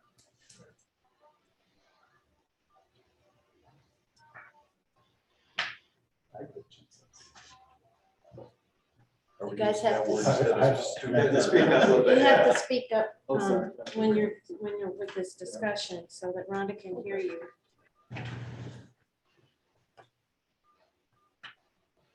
So Bob, are you thinking we shouldn't find snowmobilers or we should find boaters?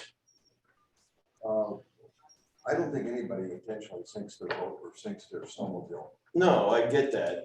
And if you're foolish, with the ink eye, not using the word stupid, if you're foolish enough that you go out on a snowmobile and you break through the ice, I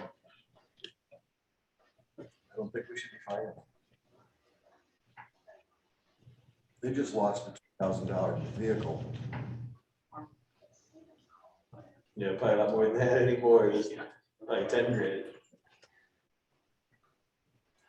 It's just a discussion. This is Sean Cotter. I'd like to make a point of order. When I was trying to speak earlier, I was told that it is inappropriate for me to speak, and I would like to direct the Board of Directors to the Board Approved Policies, page 8, Board of Directors Meetings, Standing Rule for Property Owners' Participation. Rule 1 reads, and I quote, "During any Board of Directors meeting, the chair is authorized to recognize any property owner present for the purpose of speaking to an issue currently being discussed by the board, but that the recognition must be approved by at least 2 other directors." Do I have permission by 2 directors to make a statement here as a member of the Rules and Regulations Committee who was involved in this conversation? Yes, and we have suspended Robert's Rules of Order, Sean, so this is open to this discussion is open to the membership. Thank you. So just an FYI to all board members, this fine that would be imposed by ACL is also not the only monetary fine that would be imposed when a boat is sinking or when a snowmobile is sinking. When that happens, the Illinois DNR has a schedule of fines that would also be levied. So any fines that ACL chooses to impose would be in addition and beyond those already required by law. Thank you. Okay, thank you. Anybody So was else? there a discussion, Sean, then on finding boat members that have boats sink? Or Well, it was kind of the same, what we brought up is that, I mean, most boats sink because of rain or something like that. It's not intentional. Whereas for this, I mean, the majority of the people that use a snowmobile on the lake are the fishermen, and they know.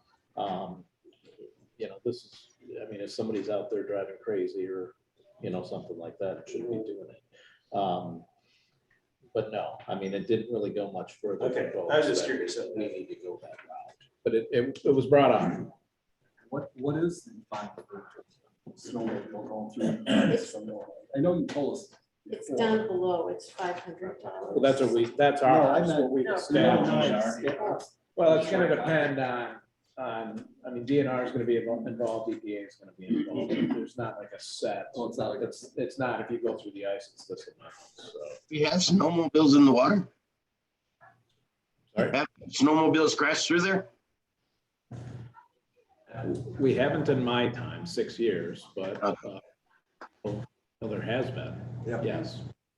Our security officer was out on the lake many years ago, crashed through into the water. Okay.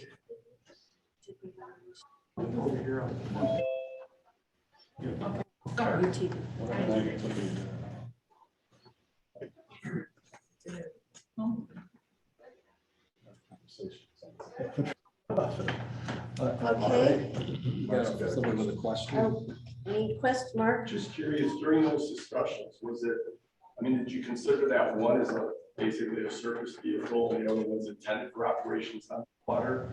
And as Bob said, when you act foolish in kind, if you don't take into consideration all the risk and mitigate your risk with thin ice, soft ice, et cetera, and damage is done to the lake because of the oil or the fuel that's in that vehicle, I don't want the fine for that.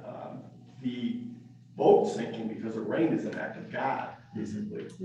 I don't mean to misuse that term, but it's an act of God. It's not something that the boat owner did intentionally. If you go out on thin ice or soft ice late in the season, I saw a UTV side by side go through the ice last March when we were just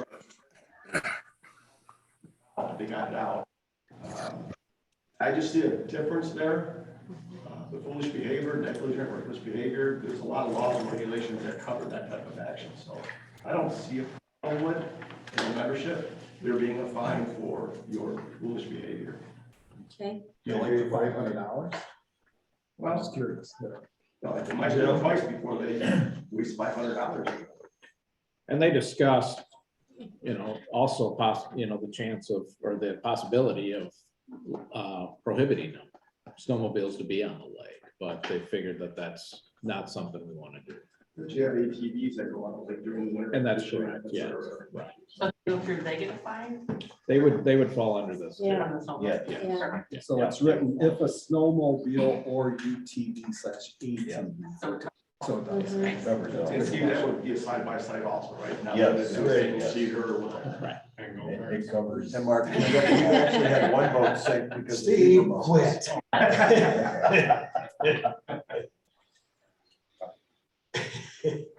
They couldn't get to the snow drifts because they're going about. So am I hearing that everybody's okay with this and we can let rules and regs know that we're okay with the corrected language that they've presented today? Yes. Yes. I thought in the back of my mind that we own the dirt. We don't own the water. That's why IDNR has authority on the lake. I never felt that we had the authority to do. We do. Do, according to our declaration, Article 5, Section 3A, association has the right to prescribe rules and regulations for the use of common properties, including but not limited to boats, number, type, size, and speed of operating on any waters on the property, taking of fish from the water, and such other regulations as the association deems necessary to the health, safety, and welfare of the association and its members. So that's what gives us that authority. Okay, so if everybody's okay, we're going to move on to the next item. Discussion on recording of board meetings, item 12.5. October 16th, 2021, the board approved recording their meetings and posting the recording on the website for 25 days. Members are now requesting that the length of time the recording is posted on the website be extended, and that the board also consider closed captioning, recording the chat room during a meeting, and recording the active speaker of the meeting. So open that up for discussion.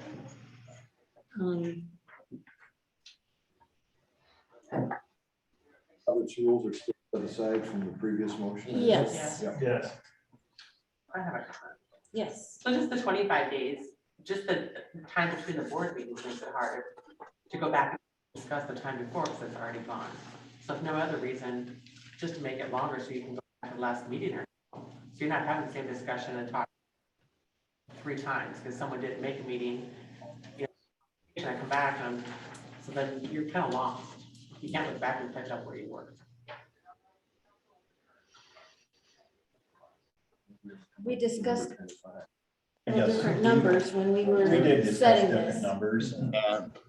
5 days was my number, and I just see it as if somebody's not gonna see it in 25 days, they're not gonna go to it anyways after that. That's the way I saw it. But you may want to come, something may come up at a meeting. Want to refer And you want to refer it to 6 months back, you can't. Because, Get your board record, there's a board record that's in the office. right, but there is a difference between the written word and the spoken word. Like the property owner's comments and stuff that aren't on Right. the written ones. I think minimally, we should be able to cover the overlap between one meeting to the next. Yeah. To Joe's point, it should be at least maybe 32 days. That would cover a full month plus 1 day. And it's just an electronic thing. It's not like it took up space in the office. It's an electronic chip. You could keep it forever and no one's gonna say, oh, we're overcrowded. True. Yeah, the cloud. The cloud. Someday the cloud will. Yeah. It could also, I really don't have a problem. it could also serve as a nice resource for be interested in running for the board, that they can electronically look at this information. So when they come to the meeting, the first meeting, they can actually be prepared to represent the people that voted them in. Even the last year was that. Keep it for a year. That's what I was thinking. We were specifically advised against keeping it out there too long. I mean, I can see the of making it go as long as there is between votes. Have a reason. See that too. Our attorney advised against it, basically to avoid confusion. You date them, how could you be confused? Well, That's a good question. I think the word confusion is being too kind. It's to avoid evidence. That's what I would go for. That's, I think, what they're What did you saying. say, Bob? I think it's to avoid leaving evidence out there. If somebody said something in a meeting that was recorded, the moment you deleted it, you're muting that person. It's like, okay, they never said it because it wasn't recorded in writing. Right. Well, that's gonna be in your 7 years. Maybe in yours. In a It's in the minutes. Oh, it's not. You just said that in the minutes. Correct, correct. Avoid confusion. That Barb is Madam just. Chairman, this is Kristen Liu from 3868. I just want to make sure you see my hand is raised. Yes. Can I ask my question now or just cue me up when it's appropriate? It's okay. Okay. I just wanted to ask in regards to keeping the meeting, the videos, is there a storage issue or I know we're talking about liability, but all those issues aside, is it inconvenient? Do we not have the space? Because keeping a file is pretty simple. So, but I just want to confirm if we have storage space, where would we keep it? You could always access, you could always password protect it. Like after 30 days, you need permission to keep them longer, but there's really no reason if storage, et cetera, technology isn't an issue to have it for both liability issues, pro and against. No, So we can there's not, backtrack on decisions made. I'm sorry, go ahead. there's not a storage issue. Okay, so if it's pretty simple, there's no reason not to keep it. In my opinion, just because there's 2,700 owners out here. If we ever wanted to look up a past decision, we could, but you could put in passwords that after 30 days or 60 days or 6 months, that permission would have to be requested. But there's no reason to keep those files, keep files for everything else. And for an association that represents 2,700 members, I just really don't see any reason why you wouldn't, you know. So that was my comment. Okay. Mark? Just kind of curious, evidence, if I'm not mistaken, the agenda is captured from board meetings. Correct. It's the agenda items or. And the vote count. The open conversations that we have with the membership and everything, if I'm not mistaken, the law says may allow that to be recorded, correct? Doesn't mean it has to set reasonable limits on doing that. I'm not against any of that. I like the years thing. I think I saw Steve out about that because as this young lady brought up here, you could go back as a new board member and maybe review a lot of what went on, but I don't like this word evidence. What would you do? A membership speaking up that would give you evidence of purpose. As far as you all go as the BOD, you're pretty much protected by the business judgment or whatever. Make your decisions in good faith. So Bob, I'm just kind of curious what you meant by this evidence for what or against what. Everything you just said will not be in the record of this meeting. Right. However, you did just say all those things.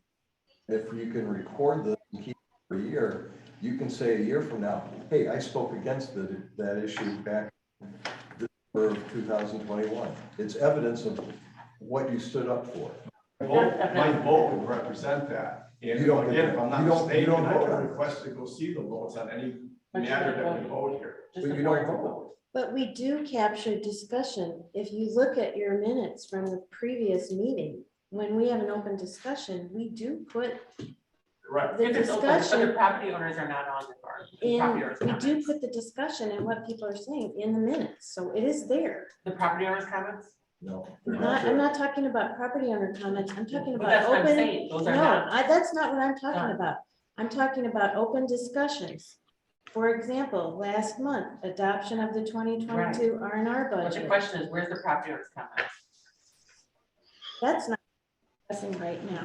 That's what we're asking about. Well, You yeah. can't see them. But again, as far as recording the Madam Chairman, meeting, I just want to make sure you see my hand is up. Just let me know when Nobody's talking I about. No, Mark, go ahead. Mark, you're the one that has the floor. the agenda items are the things that are required to be recorded. The open conversations that we have And I may be for something, maybe against something, may have a conversation with Marge over here that we disagree vehemently about it. There's nothing wrong with a robust discussion doing these things. But I'm concerned if I say something that you're gonna video as evidence a year from now.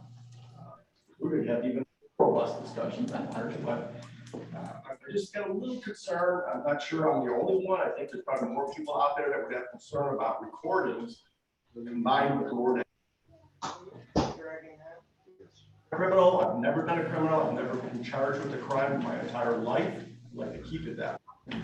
Evidence can be good or bad, though. I mean, it doesn't mean it's evidence should be something, it could just be evidence that it was said.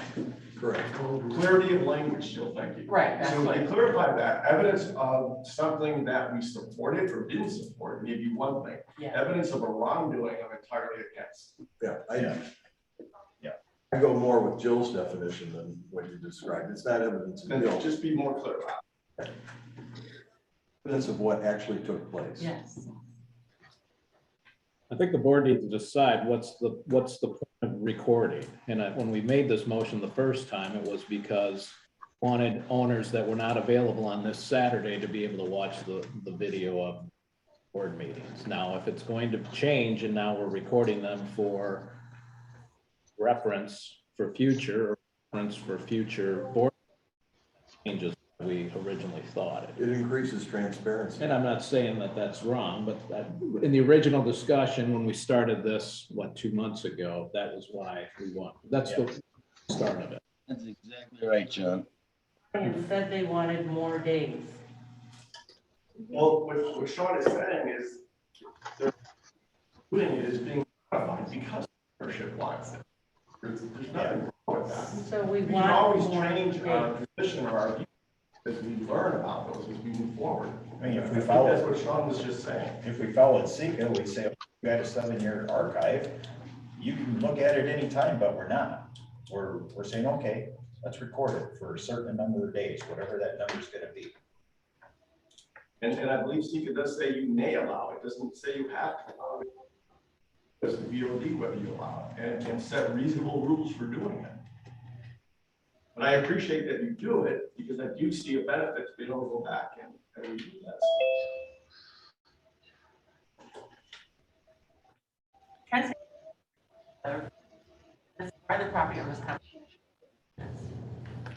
Because property owners don't have the ability to edit those. So the minutes could have something that a property owner would say, I didn't It say was that, false. Right. but they don't have the ability to edit. So the recording would help them. A They recording. couldn't say that they didn't say it. But we used to. They used Comments to, be correct. in there. Yes. Right, Long time right. ago, yeah. Yeah, a long time.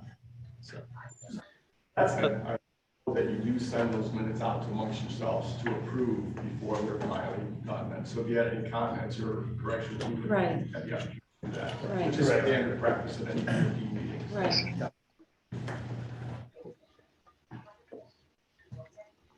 This is Sean Cottrell, 1A82. Is there a reason why we wouldn't want to align this with the record retention requirements in SECA of retaining minutes of these meetings and agendas for 7 years? I guess I would say, because it's not replacing the minutes.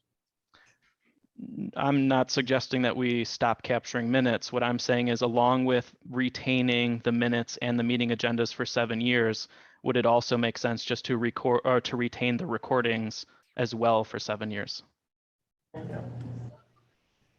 Makes sense. Because then we can look at all three side by side and see where, if there are any discrepancies or anything. Or to line with everything.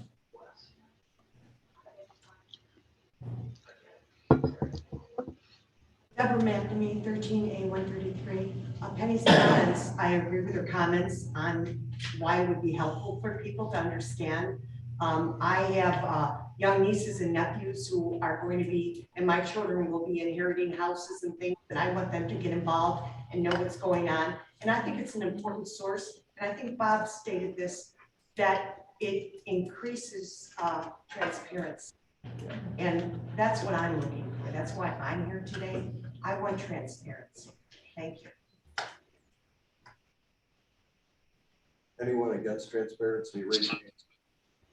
Nobody. I'm looking at the actions taken by people and judging the transparency. Madam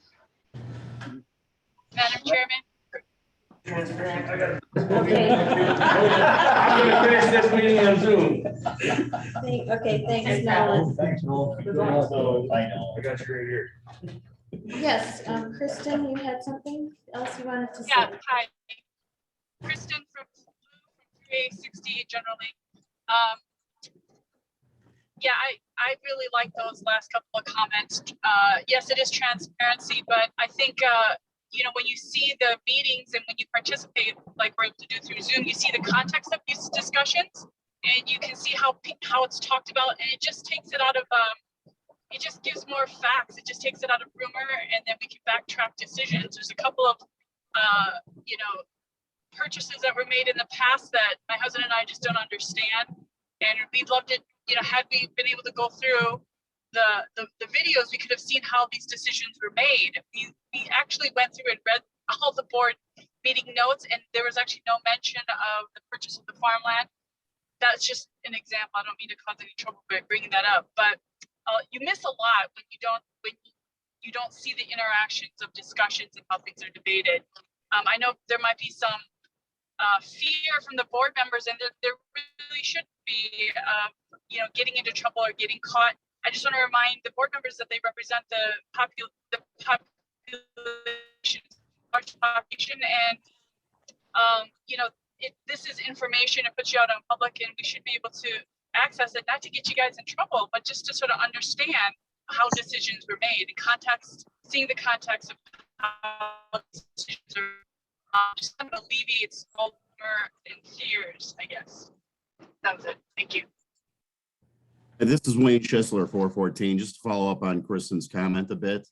I think the goal here for everybody should be, as a member-driven homeowners association, should be transparency, open kimono, if you will. Things recorded should be saved and accessible to somebody logging in, as well as encouraging member participation by making it easier to get Zoom access to these. I, for the life of me, can't imagine why we need to request a Zoom link from the general manager. Post it on the website with access requested through password and username, and then everybody has a chance to get in here and they don't have to ask for the link.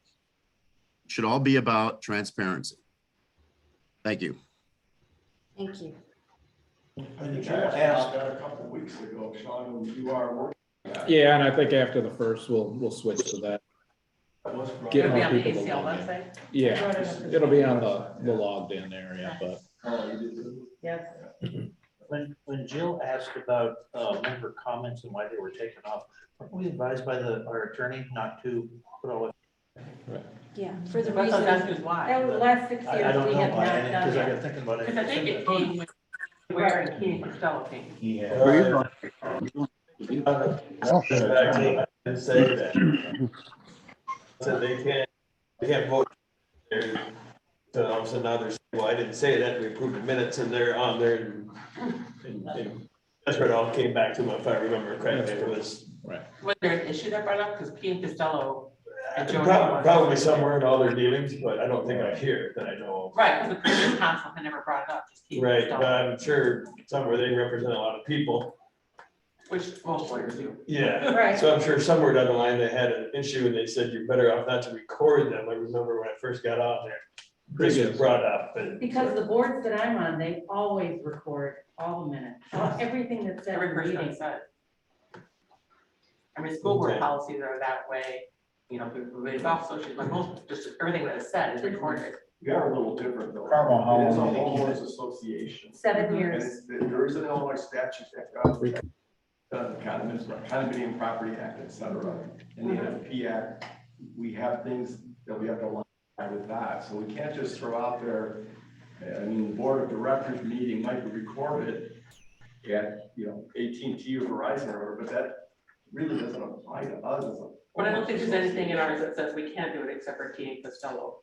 But there's nothing that says we have to either. Right, that's what we're asking. And I don't- To have it done. In the law, the statute does permit it. It does permit it to record it. Right. But they can set the rules, reasonable rules on how they do that. Correct. Hoping they listen. And Key and Costello, my understanding is they serve a lot of our community property associations throughout Chicago. They have an office in Wheaton. I've heard the name many times over. Interested in reading the Palm versus Lakeshore Drive Association lawsuit, which I believe started in 90 until 2012. Want to read about how those things can happen. Very long, very lengthy, very educational. Lawsuit out actually in territories. Yes. Quite a few around the Chicago area, actually. Pardon? There's quite a few around the Chicago area with HOAs and CPAs and like that. Okay. We'll move on to the next item.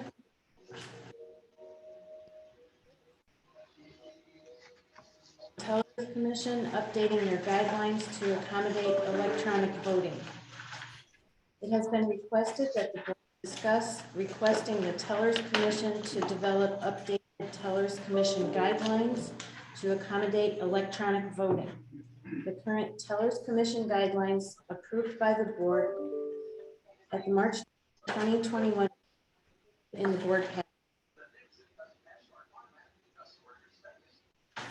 Discussion, I guess my first question is, Sean, when were these first written? The Tellers guidelines, do you know? I don't know that, I'm sorry.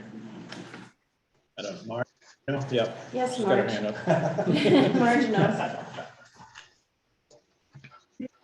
Ones I know, Karen Lodi, was committee wrote. And then Karen and I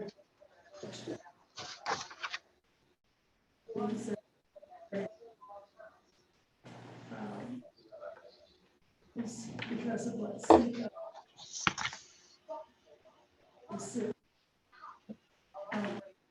the first year we had many difficulties. The people in and talk and phone calls and disruptions, and it resulted in errors. Then that's why the top line of guidelines were written was to restrict the activity. And Sika says the candidate didn't have a representative at the accounting, and that was it, because we had some board members at that time who sat in who were not candidates and they weren't representative. They were because members, and that is not good under Sika. So, yes, after those issues, any revision thereafter, I've had no part of, but that goes back to Karen Lodi originally, who wrote. Okay. These guidelines. Thank you. 10 years. 2012 or so, maybe. Yeah.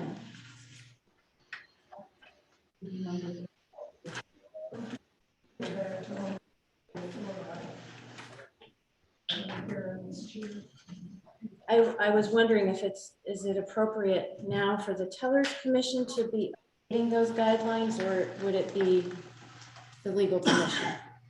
I think they'd almost have to work together, wouldn't they? That would be my. Maybe. Yes, Marge? I think the bylaws say that the Tellers Commission has to update their guidelines Every year, yes. every year. Yes.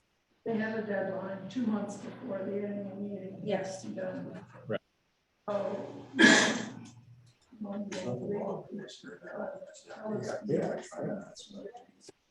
Wouldn't they go to the legal commission after the Tellers Commission makes the recommendation for that? Sure. I would like to think that. Then it would come to the board for approval. So I think that'd be the second order, correct? Right. We talked about.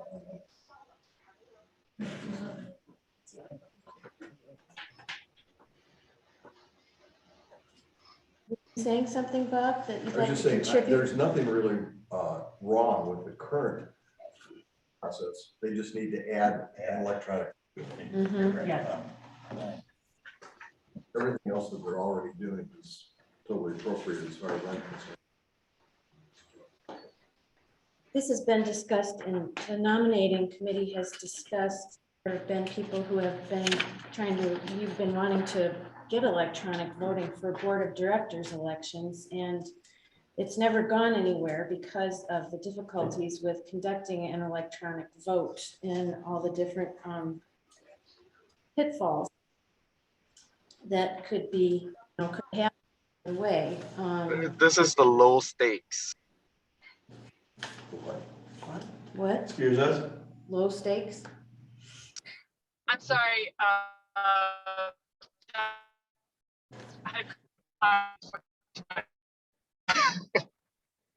Yeah, electronic voting is about as easy as you can get, and you can control so many more variables, and it's less of a risk than in-person voting.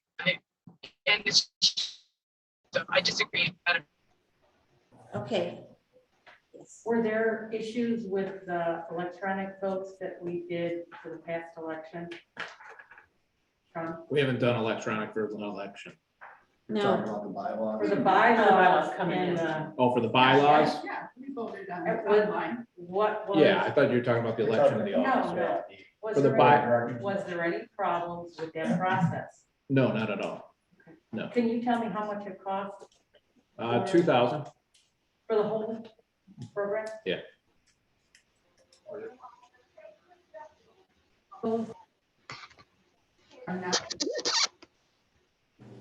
So how are you going to make them confident? Well, The votes for the Electronic votes? I mean, I don't. That's how I vote. the It doesn't make, the electronic votes, you mean? Yes. They are confidential. no, they're not. You have to send your email. Last vote voted on, I voted online. And Right. everybody, and you would have. How I voted. No, I don't. I don't know how you voted. You don't see the person. We don't They just see, give you a we just total. saw They give that you you the number. voted, but we never saw how you voted. Right. No. There's probably. Okay, that was not explained to us though. Chris March wrote the procedures for that digital vote that we cast with the governing documents. How to do it? Yeah. The procedures. play, Election Buddy, What? the company that we used, Election Buddy. This is Sean Cottrell, Chair of the ACL Legal Committee. I've actually reached out to the company Election Buddy. They have acknowledged that they can conform to all of the requirements that ACL has set forth in their governing documents that would guide the conduct of the electronic vote. So I do believe that Election Buddy is a good actual tool to use. But I do think that there need to be some tweaks from the process so that the office can execute on ensuring that all the votes come in are from lawful, eligible voting members of the association. And then the tellers committee will actually see how those votes were cast. So it'll actually create sort of a firewall where the office staff would have a single login and they would only have certain permission. And then the tellers committee would actually have that permission to see how the votes were cast. It'll create that separation that's embodied within our governing documents. And Sean, did you just mention that it was $2,000 for Election Buddy? Correct. Okay. When I was talking with them, they mentioned that we can conduct individual elections at about $300 based on the size of the association. So if you'd like to connect, I'd be happy to connect you with my resources and we could bring that cost down for all of the members. Based on, well, we had two going at the same time, bylaws declaration for 2,700. Yeah, and for votes under 3,000, it's $300. So I mean, like we can just probably look at, working with them and fine tuning some of this stuff and bringing that cost down.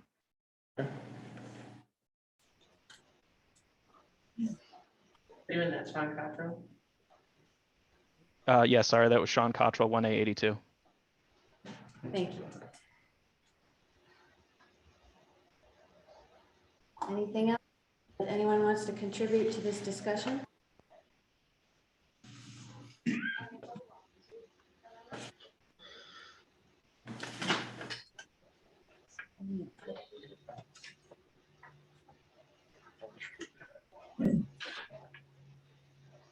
Now, 12.7 is discussion on the process used to approve policies.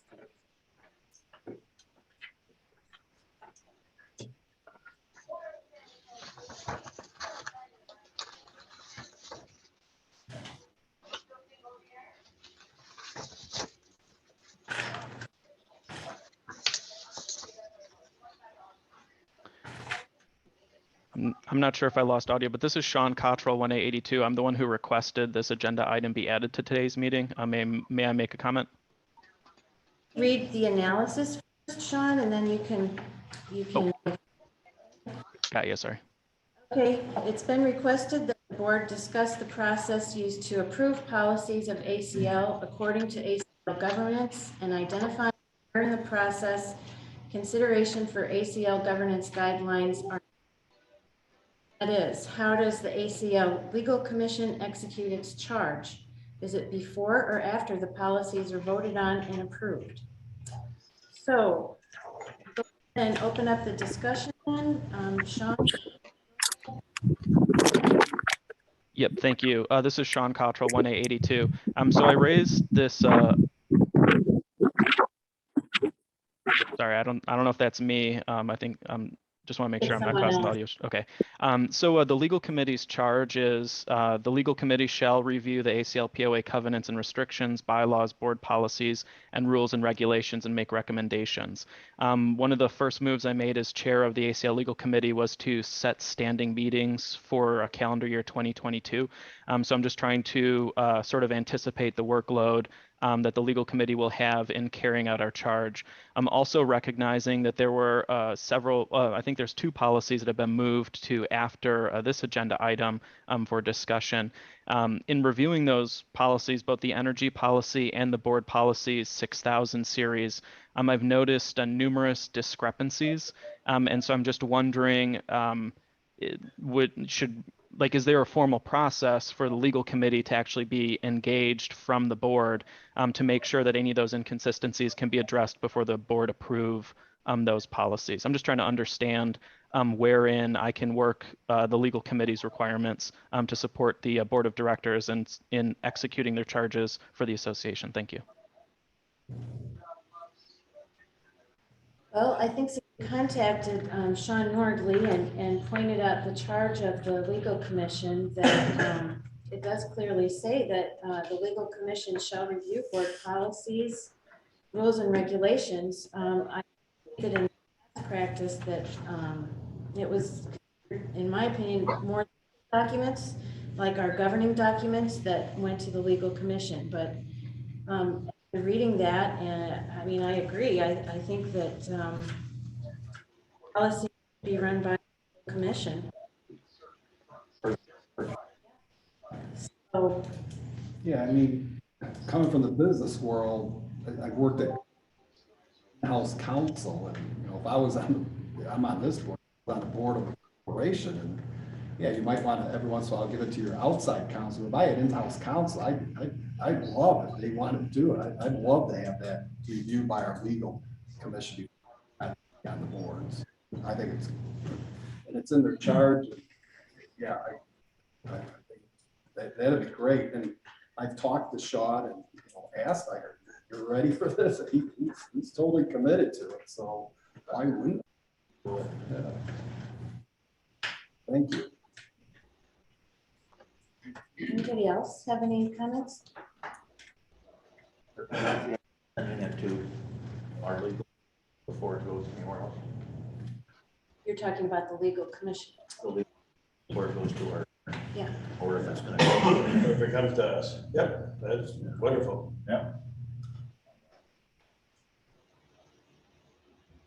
Our easiest discussion so far today. Yeah. No, as a board member, I appreciate it. Yeah, I would sit there.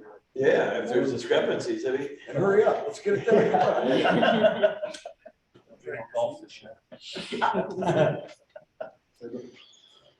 That mean, So the next, does that mean, on every rule, when we look at revising rules and regulations between committees, that would just go there first also? So the legal commission and legal counsel and the board, correct? So after ACC, we reworked all the building and all that, that's gonna go to legal. It comes to us, even though we're a committee and not a commission, it's still. Yep, it should. That's right, I'm just asking. Yeah. I'm just asking, I'm just saying it should. But the AECC can't actually make a decision. It doesn't have to wait until the next board meeting. If we decide to grant a building permit, we don't wait for board meeting to get. No, I get that, Ed, but I'm thinking like the energy policy. Yeah. rule changes for the AECC and how we came about all of our guidelines for building code and all that. Yeah, not so much the meetings that, we're approving that deck or this or that. I'm not saying that. It's the what we govern by. Even though we're mostly a board, it still would come to legal and they would sign off, look for frequencies and, okay. That's fine, that's great. I'm just asking. That starts with the board of directors, correct? In other words, you're gonna impose a new or draft a new rule for whatever purpose. It's gonna start with the board of directors, then go to the legal commission. Correct? Or you said it starts with the legal commission. Start with the legal. Well, like if we're sitting on AECC and we're seeing it just something that's going wrong and we all of a sudden say, well, we need to put this into our building code, and then it would go, we'd recommend it, and go to legal, and then it would come to us for the final review. You make that determination Right. first, and then it goes there. The legal commission doesn't come saying, well, this is wrong in the AEC, you gotta check it out. Right. But I think they could. Yeah. They can originate an idea. Oh, sure, But of so, course. yeah. If they take something under review, as Sean said, Sean Cochran said, do this review, if they find discrepancies amongst our rules and regulations, they can certainly bring it to the board's attention, then, correct? Yeah. Correct. Before we got it. We didn't even know about it and they spotted it. And just to support that, absolutely right. The legal committee only makes recommendations to the board, just like Key and Costello legal counsel only make recommendations to the board. So the board would just consider and probably see both sides of the story and be able to make a better, more informed decision based on that more transparent information.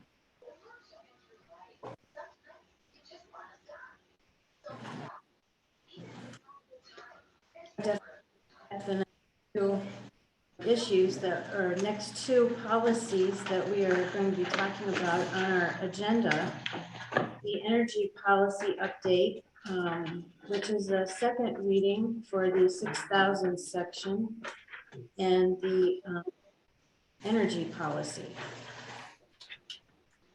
So, Barbara, you back into Robert's rules then? Yes. Yes, we need to. I'm not, but do we need to, we want to keep this in an open discussion for those two items?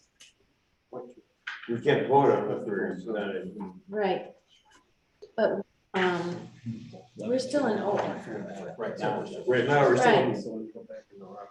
Right, so those two, are we going to impose this procedure on those two items? Hearing yes. Then we'd always have So to then we- table. Yeah, they have to be Table? tabled. Yes, that's what I would say. We would have to table these two until the legal had a chance to look at them. Let's go over the path of how it, something is going to flow. Let's go over how it's gonna flow. And let's not use AECC as an example, because that one's a little different because it's made up of board members and it's just a little bit, it's a committee. So rules and regs makes they are making a change on a rule. Snowmobiles. Going through the ice. That goes to the board. But now we're saying it goes to legal. Yeah. Then legal, if they find discrepancies, they're sending it back to regs. What? Okay. Rules and regs is going to correct discrepancy and the discrepancy. And nothing's gonna get done. And then it's going to go back to legal. Okay. And then I'm gonna add another step in here. Just a second. Push it. So legal says, okay, we're all right to go, then it's gonna go to the board. Okay. So now I'm gonna throw another monkey into this, another wrench into this So- whole thing. And I'm gonna say, this whole discussion thing, Trail started this, so then it goes to rules and regs. Then it's gonna go to legal, then it's gonna come back to rules and regs, then it has to come back to trails, and then it has to go to rules and regs again, and then And in 2027, we'll have an answer. we'll have an answer. That's what I'm saying.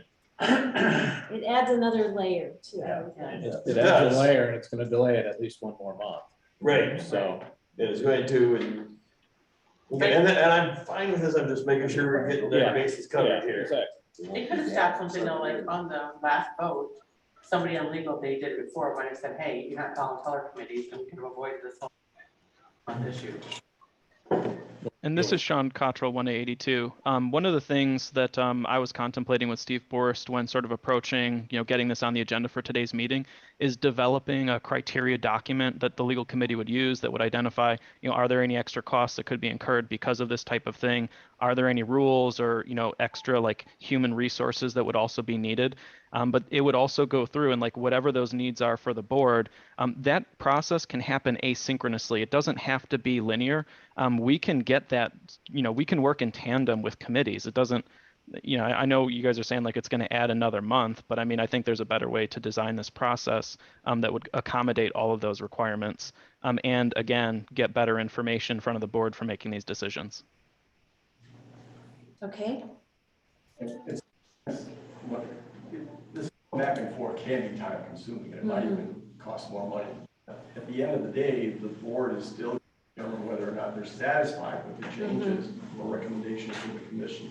I deep in the weeds to see what's going on with the roots, but on others, it might just be an easy surface level recommendation, and you can do it just as quick. I think it's right anyhow. So some might require more back and forth, but some other might just be real. Some are more easy. straightforward. Right. Yeah. Right. So I think Sean Contro's suggestion there is, Mark. Well, to get back to Sean Control's, Vicky would attend trails meetings. We went round and round about this go-kart thing. Trust me, rules and regs and trails met together. And then that would skip that layer because we met together so we could push it to legal, to push it to this. I think it'd be up to the chairs of the commissions to say, hey, let's get together on this then. That's a great and meet idea. together. Yes. And that sounds We awesome. should be communicating together. it's Less time, more work. And she did make the meeting. We can get down and get things done before your board meeting. We can still have 14 days to be on each agenda. So we purposely scheduled that way for next year. That's good. Yeah. Penny Grossinger, 8A190 is appendix. I think there's a lot of value, even if it took a week or two longer, to know that you're vetted and there are no discrepancies when you're sitting in those seats making those votes. Right in the end, exactly right. Penny. Accuracy I matters. agree.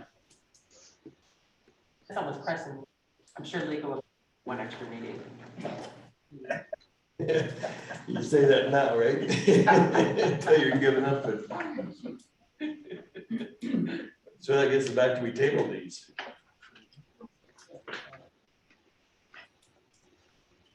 Okay. Ready to move back to reinstating Robert's rules? Are we done? Yes. Before we go, Barb, I think you were correct. When we made the amended motion on the bylaw piece, generally speaking, Robert's rules, you approve the amendment, and then it goes back to the original motion. So Barb, I think you're right, unless it was a friendly amendment, but I don't know who made the first motion. It came from Sean's memo, but. Right. Correct. On All together as one. You missed one, yeah. The amended and. Whenever you amend Okay. the motion, you vote the amendment first, then you vote. And that's what we did. Into the motion all together. It's two Okay. votes. okay, we did not vote on the recording of the amended and reinstated bylaws. Mike Harris made the motion, I seconded it. Seconded. So when you amended that motion, that didn't delete. So they could. You could take your motion back, right? What's that called? Withdraw the. Withdraw second. the. Could we ask Mike to withdraw the motion?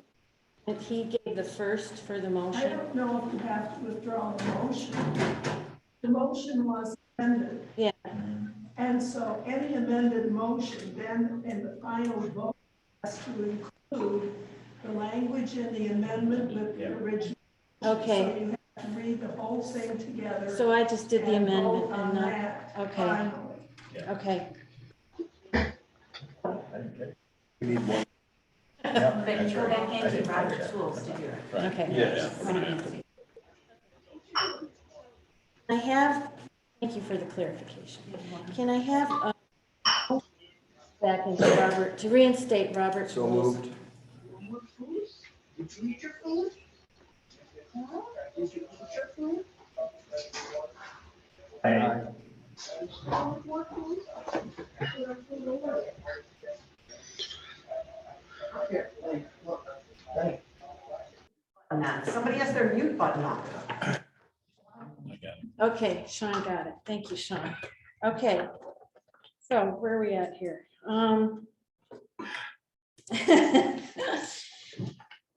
We are, okay. We are at item. 12.3. We have to go back to 12.3 for the recording of the amended and restated bylaws. I It's gonna guess be a very long motion. we need to correct that motion because I did it wrong on the first try. So, okay, so we voted on the amended motion, but we didn't vote on the original. So reading it all together on item 12.3, the original motion to approve the recording of the amended and restated bylaws 2020 version in the office of the Recorder of Deeds, Joe Davis County, Illinois. This instrument is recorded for the purpose of replacing in its entirety the Apple Canyon Lake Property Owners Association amended and restated bylaws, hereinafter referred to as the 2017 bylaws, recording on November 21st, 2017, as document number 396754 in the office of the Recorder of Deeds, Joe Davis County, Illinois. And for the bylaw vote that went out to membership in 2021, the ballots were inappropriately processed and are deemed null and void. All those in favor, or we do roll call. Oh, sorry, Marge. Need to look at what both sides of that are saying because they're It's different. contradictory. That, right. They are, isn't it? They are contradictory. If The we put second these one two contradicts- motions together. Intended. No, I don't think we can put them together. It won't work. Because Right. they contradict each other. It's fine. Is that the intent? You amended. Well, that's why I asked if Mike wanted to withdraw the original motion. I think that's the best way to go. That's what I was thinking. You could say no. I'm not telling you what to do. Be here today. Yeah. We'll be here till I Christmas. will,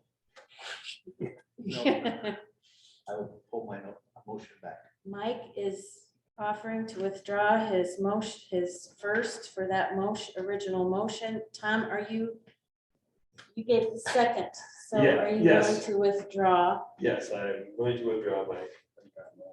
Okay. No, Would have been a kicker. He's not even listening. So do I need a vote on that, or they withdrew, so it, Yeah, your motion. so, okay, so we're okay. You've already voted on it. Yes. Voted. Yeah, I've already Now, you voted on have not voted on the motion you put on the table originally. Okay, so It was already on the table when Steve did his amendment. okay, We only approved the amendment to it. We didn't actually approve the motion. right. So Mike and Tom just withdrew the Yeah. original. So we're good. We're not good. We approved his amendment. Right. We never voted on it. Yes, we approved- did. Yes, we did. We did a roll call vote. vote on it. Yeah. I No, when abstained. someone amends That's a what I motion, abstained. you have to approve the amendment. But then, when that's all done, then you have to approve the actual motion. So the first motion that was put on the table was withdrawn. So now the motion on the table is we just do a redo on the amendment? Yeah, that's what I believe. Is that what we're supposed to Yeah, do? yeah. It's getting way too complicated. Yeah. I think if I understand, he's saying there's we missed a motion to approve, to have it. Because we approved the amended. Yeah, we have- Now we have to. Now we have to approve. Okay, Just one more vote. Yeah. okay. So the motion on the table that we're going to be voting on, the bylaw vote that went out to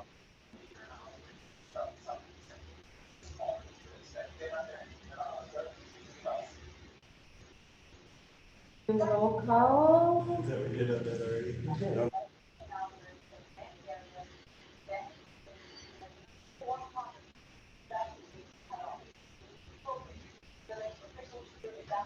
John, I can't hear anything.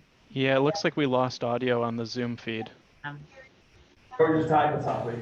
If Mike, if you went through your motion, there was no motion to amend, so then Steve's motion would just. Yeah. Oh, Correct. we need to.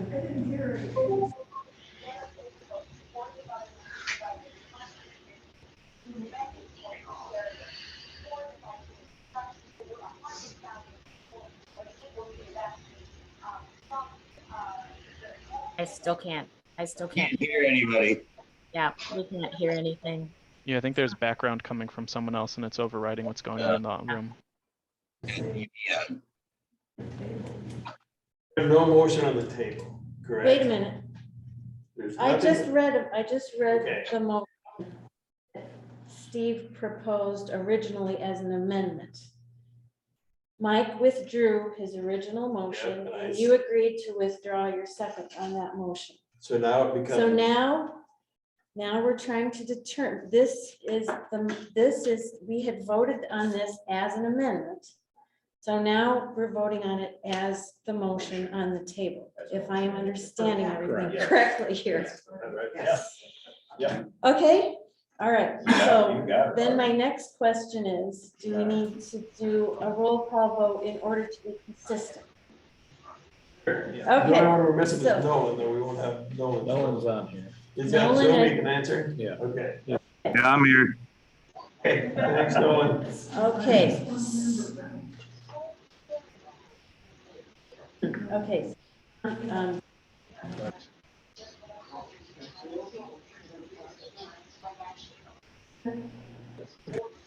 Roll call vote for Steve's.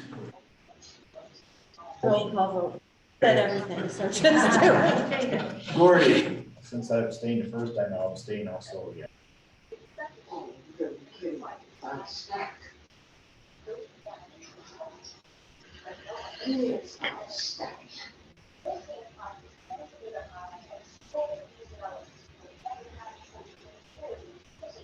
Great, what's your vote? Great.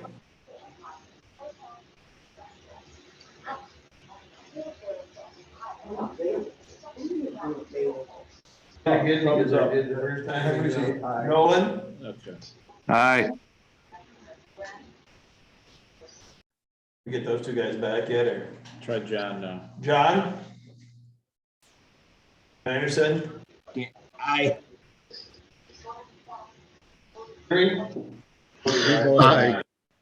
Okay, thank you. 1, 2, Okay. 3, 4, 5, 6. Yeah, the audio's fading in and out. Okay, Yeah, I have to, your background noise is taking it out. Okay. Anyways, that's why I keep muting you. So we have 6 ayes, 2 abstentions. motion carries. Motion carries. Okay, well, that was education, okay. Gotta find what I did Good that card. card. Good. Okay, so the next item on our agenda is 11.2, the energy policy update, which was moved on the agenda by Steve at the beginning of the meeting.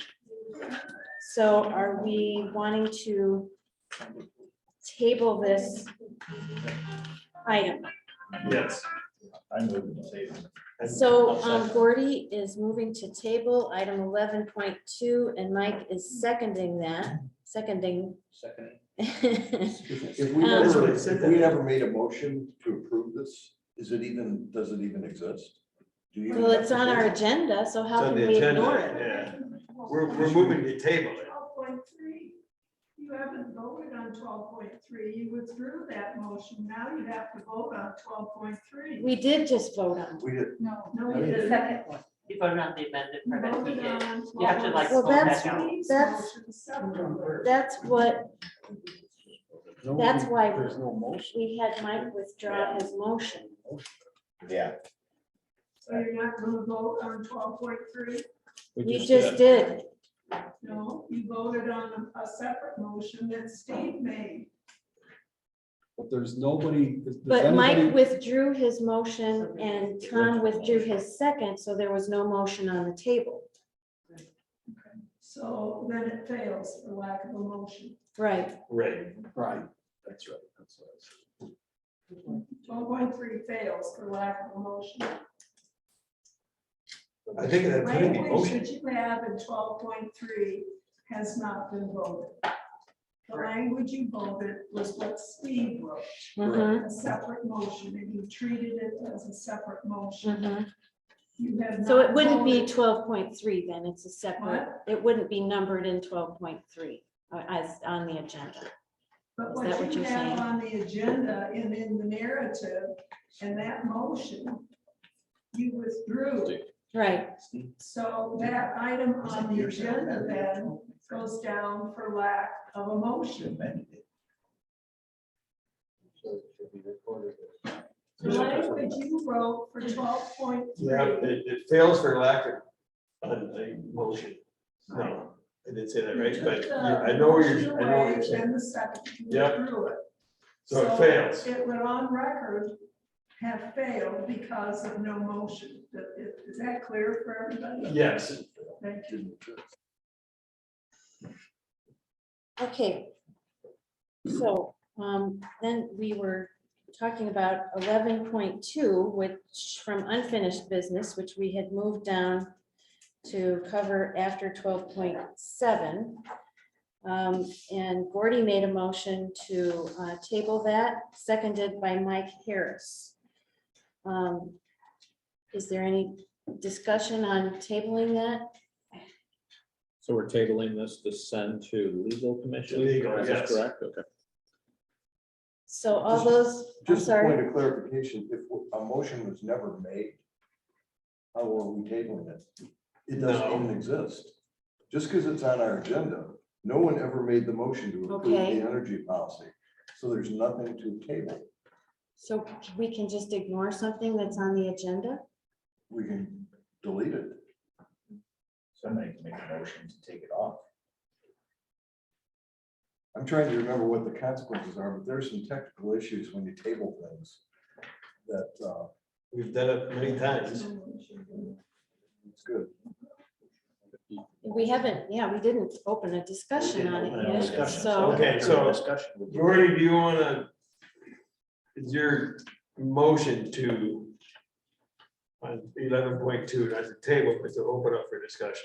I guess is where we're gonna go, correct? Yeah, Well, I think let's read Bob's the saying we motion, open don't, it up for. Bob's saying we don't even need to do that, right? It doesn't even exist, just because it's printed on the agenda. No one has ever made a motion to say, let's approve the energy policy. There is no motion on the table. It would, You could table.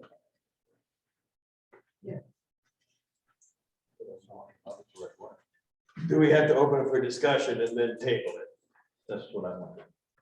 Yeah, let's Do we have, let's just do that. Okay, Let's open it up for so discussion. your Okay, so- motion, Yes, so- we do, because that's how we've done that in the past. okay, so let's Okay. do, Let's do that. so if we read the motion, wait a second. Yep. Let me find 11.2, I'm gonna go backwards. do it this. Yeah, I'm, glad we missed that sheet, I'll tell you. Barbara, I apologize. I think I jumped the gun. It's okay. Well, I know sometimes we table things and you announced it at the beginning of the meeting. Yeah, You said we have tabled things, tabled it, to my we're gonna knowledge, table- it's At the not very a beginning of the problem. meeting. Let's just walk it all the way through, Bill. Yeah, let's do it that way. Okay. Okay, energy policy update, 11.2. On July 26, 2021, Governor Pritzker signed House Bill 0644 as Public Act 102, 0161. There are significant changes to this act that may affect how owners within the association communities approach solar energy. Legal counsel updated the current ACL energy code with the required updates. At AECC meeting on November 6, 2021, the committee also discussed removing the option for a variance for ground solar arrays. Language was removed from the energy code, allowing a variance for homeowners who wanted to add solar ground arrays to their property. The changes proposed by legal counsel are highlighted in yellow.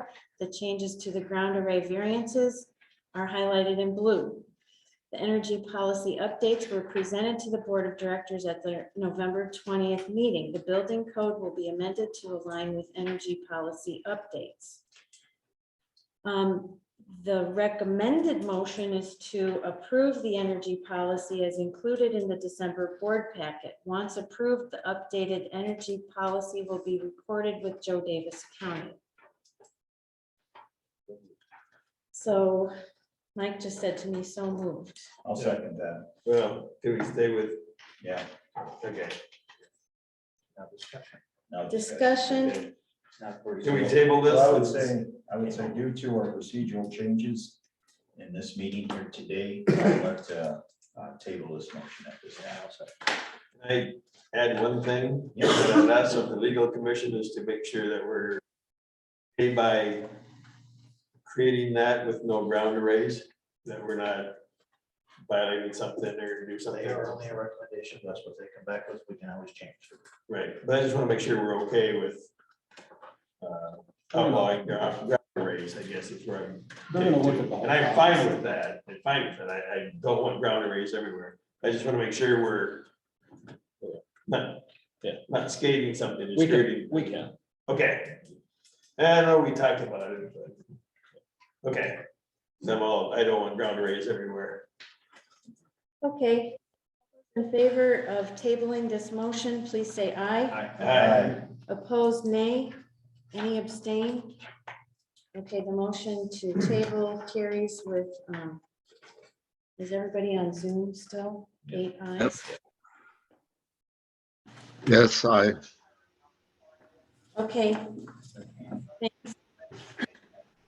Read that one. here we go. 11.4, this is the second item that Steve moved on the agenda. Board Policy 6000. The Board Policy Ad Hoc Commission has been working on a new document to organize board policies.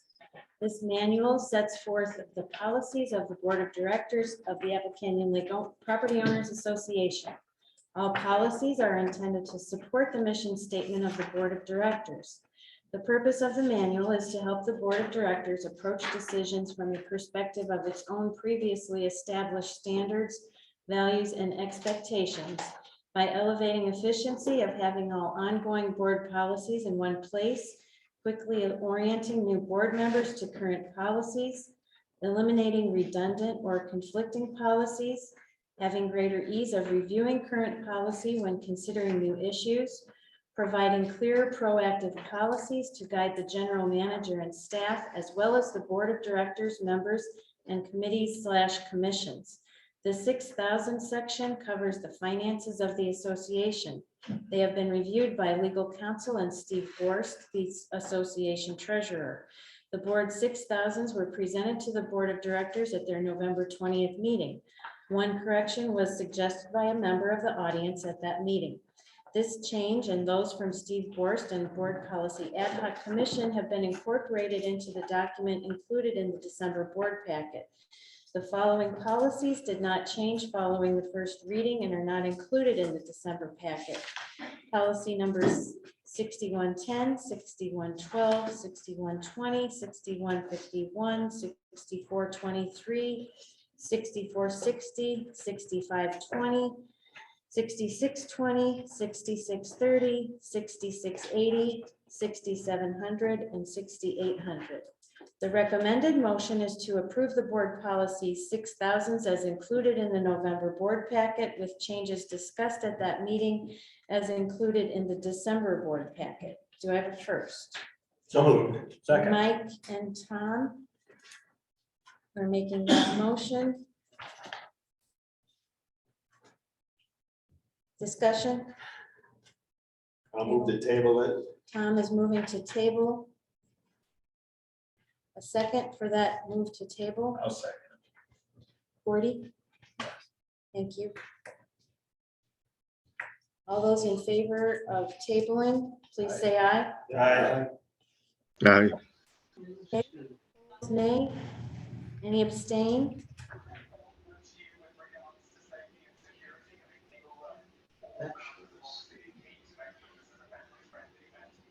You can have that back, Tom. Thanks. And now we are at capital projects updates, 12.8. So can I have a motion to So moved. suspend Second. Robert's Rules of Order? Tom and Mike is seconding that. All those in favor, please say aye. Aye. Opposed, nay. Any abstain? Okay, Sean Nordley. For flood mitigation, we had geotechnical engineers out here 2 Fridays ago. We walked the dam crest and then got into the spillway and walked that also. The geotechnical engineer was looking at options that we'd have for the spillway as far as if we want to widen it or lower the floor. On the west side of the spillway, there's I guess already erosion from high water events, plus there's trees in the limestone itself, so taking away on that side would be much easier. On the east side, it's not so much, so I think if any expansion or widening of the spillway will go to the west for that. As far as lowering the spillway floor, that shouldn't be an issue at all. We talked about using dynamite for that. He said basically you control the vibrations, but he said the way that he would do it would a house that's 300 yards away from the spillway wouldn't even feel anything from that. So he wasn't concerned at all with that. Right over the weir of the spillway, it's all rock in there, but that's we're able to blow that away also, other than the and then further down you've got the flat concrete floor. So they're working on the report now. I should have it right after the 1st of January. And then I think we'll do a workshop here with the board in January or February, talk about what they come back with for options for that. The ad hoc commission will also meet with the engineers to talk about the report and talk about options. But this is this project should be moving quickly now once we get that report and actually start to be able to make some plans, make some decisions on what we want to do with the spillway, and then start working on timeline as far as when we want to get this done. So look for that in the next couple of months, but 2022 should be a big year for that. As far as dredging, I have a meeting set up in January with Frentress to talk more about how to tackle the lake itself. If we can dredge or push all the material all the way up to North Bay, which is our largest silt pond, or if we want to use Winchester also. And basically, if we go up to North Bay, it would be using boosters to get all the silt that far. If we go to Winchester, it'd be some mobilization cost of moving the pipe to go to those dredge ponds. So we've got to look at the options for that. He wants to look at the distances to pump and then also the elevation changes for that. We did some clean out of dredge ponds this past fall. We would need to finish cleaning those out this spring and do the other parts of those. But this is something that I think we could move on depending on scheduling of dredge operators, late fall of 22 or into 23, depending again on scheduling for that. And then for Winchester, I've got RES is working on the design of that. I should have that mid-January for what they want to do for that. So we'll do a workshop again in first quarter, review that. And then it's a matter of, do we wait until 23 to go for the grant and to apply for the 319 grant, which should help in paying for that. RES is pretty confident that the way we've gone about this, that we would have a good shot of that in 2023. Our area for implementation for projects is being targeted, so we'd have a good chance of getting that. Or the board could say, hey, we want to apply in 22 and just take our chances for that. So depending on these three projects, these are our big three projects, what those costs are and what the calendar is, we'll have to, once we get all that information, we'll have to start to figure out our timeline. But in the next 2 to 3 years, we've got quite a bit going on with the lake, with these projects. So, and then I'll just touch on zebra mussels. It's not really a capital project, but the Conservation Commission made some recommendations at their November meeting. I've asked Joe Rush for some recommendations for him for his, the red-eared sunfish. If we do want to stock those, what he would recommend as far as numbers in a 2 to 3 year, span there. And then also for the monitoring, the discs monitoring, where they would be, how many we should have on the lake. We want to get that information for him. I tried to get it for this meeting, but he didn't have time to get all that, but he said he'd have it for the January meeting. Now with Al's object setting up the meeting with Dr. Hammond, we'll have that information on the earth tech and what the benefits are of that. Another idea that Joe had that has worked at other communities is the private shoreline owners, the people that have lakefront property. It would be a program where they could, if they want, pay, and Joe would be the one that's applying this, but chemical to their shoreline. And there's a couple of different uses of that. Algae and weeds would be one of those, but then also the secondary benefits of those would be zebra mussels. So, so I've asked him to share what he's used at the other communities, Lake Carroll, Candlewick, and Somerset are the local communities that are doing similar programs. So that might be something that we can develop and then take to those shoreline owners if they're interested in doing that this spring or summer. So a few things with that, and then obviously Earth Tech will find out those benefits. So next few months we'll have some ideas and some decisions on what to do there. Thank you, Sean. Okay, can I have a motion to, Yes, you can. I can't even talk anymore. How about we adjourn? The long morning. We have to go back and we have to reinstate Robert, reinstate. I'll second that for sure. That's Mike and Tom. Yeah. Or- This one. All those in favor of reinstating Robert's rules of order, please signify by saying aye. Aye. Okay. Nay, anybody opposed? Okay. Mike is moving to adjourn. All right, board members, stop down here and sign these. Before everybody leaves here. Merry Christmas to everybody. Thank you. Thank you and happy holidays, everyone. Thank you.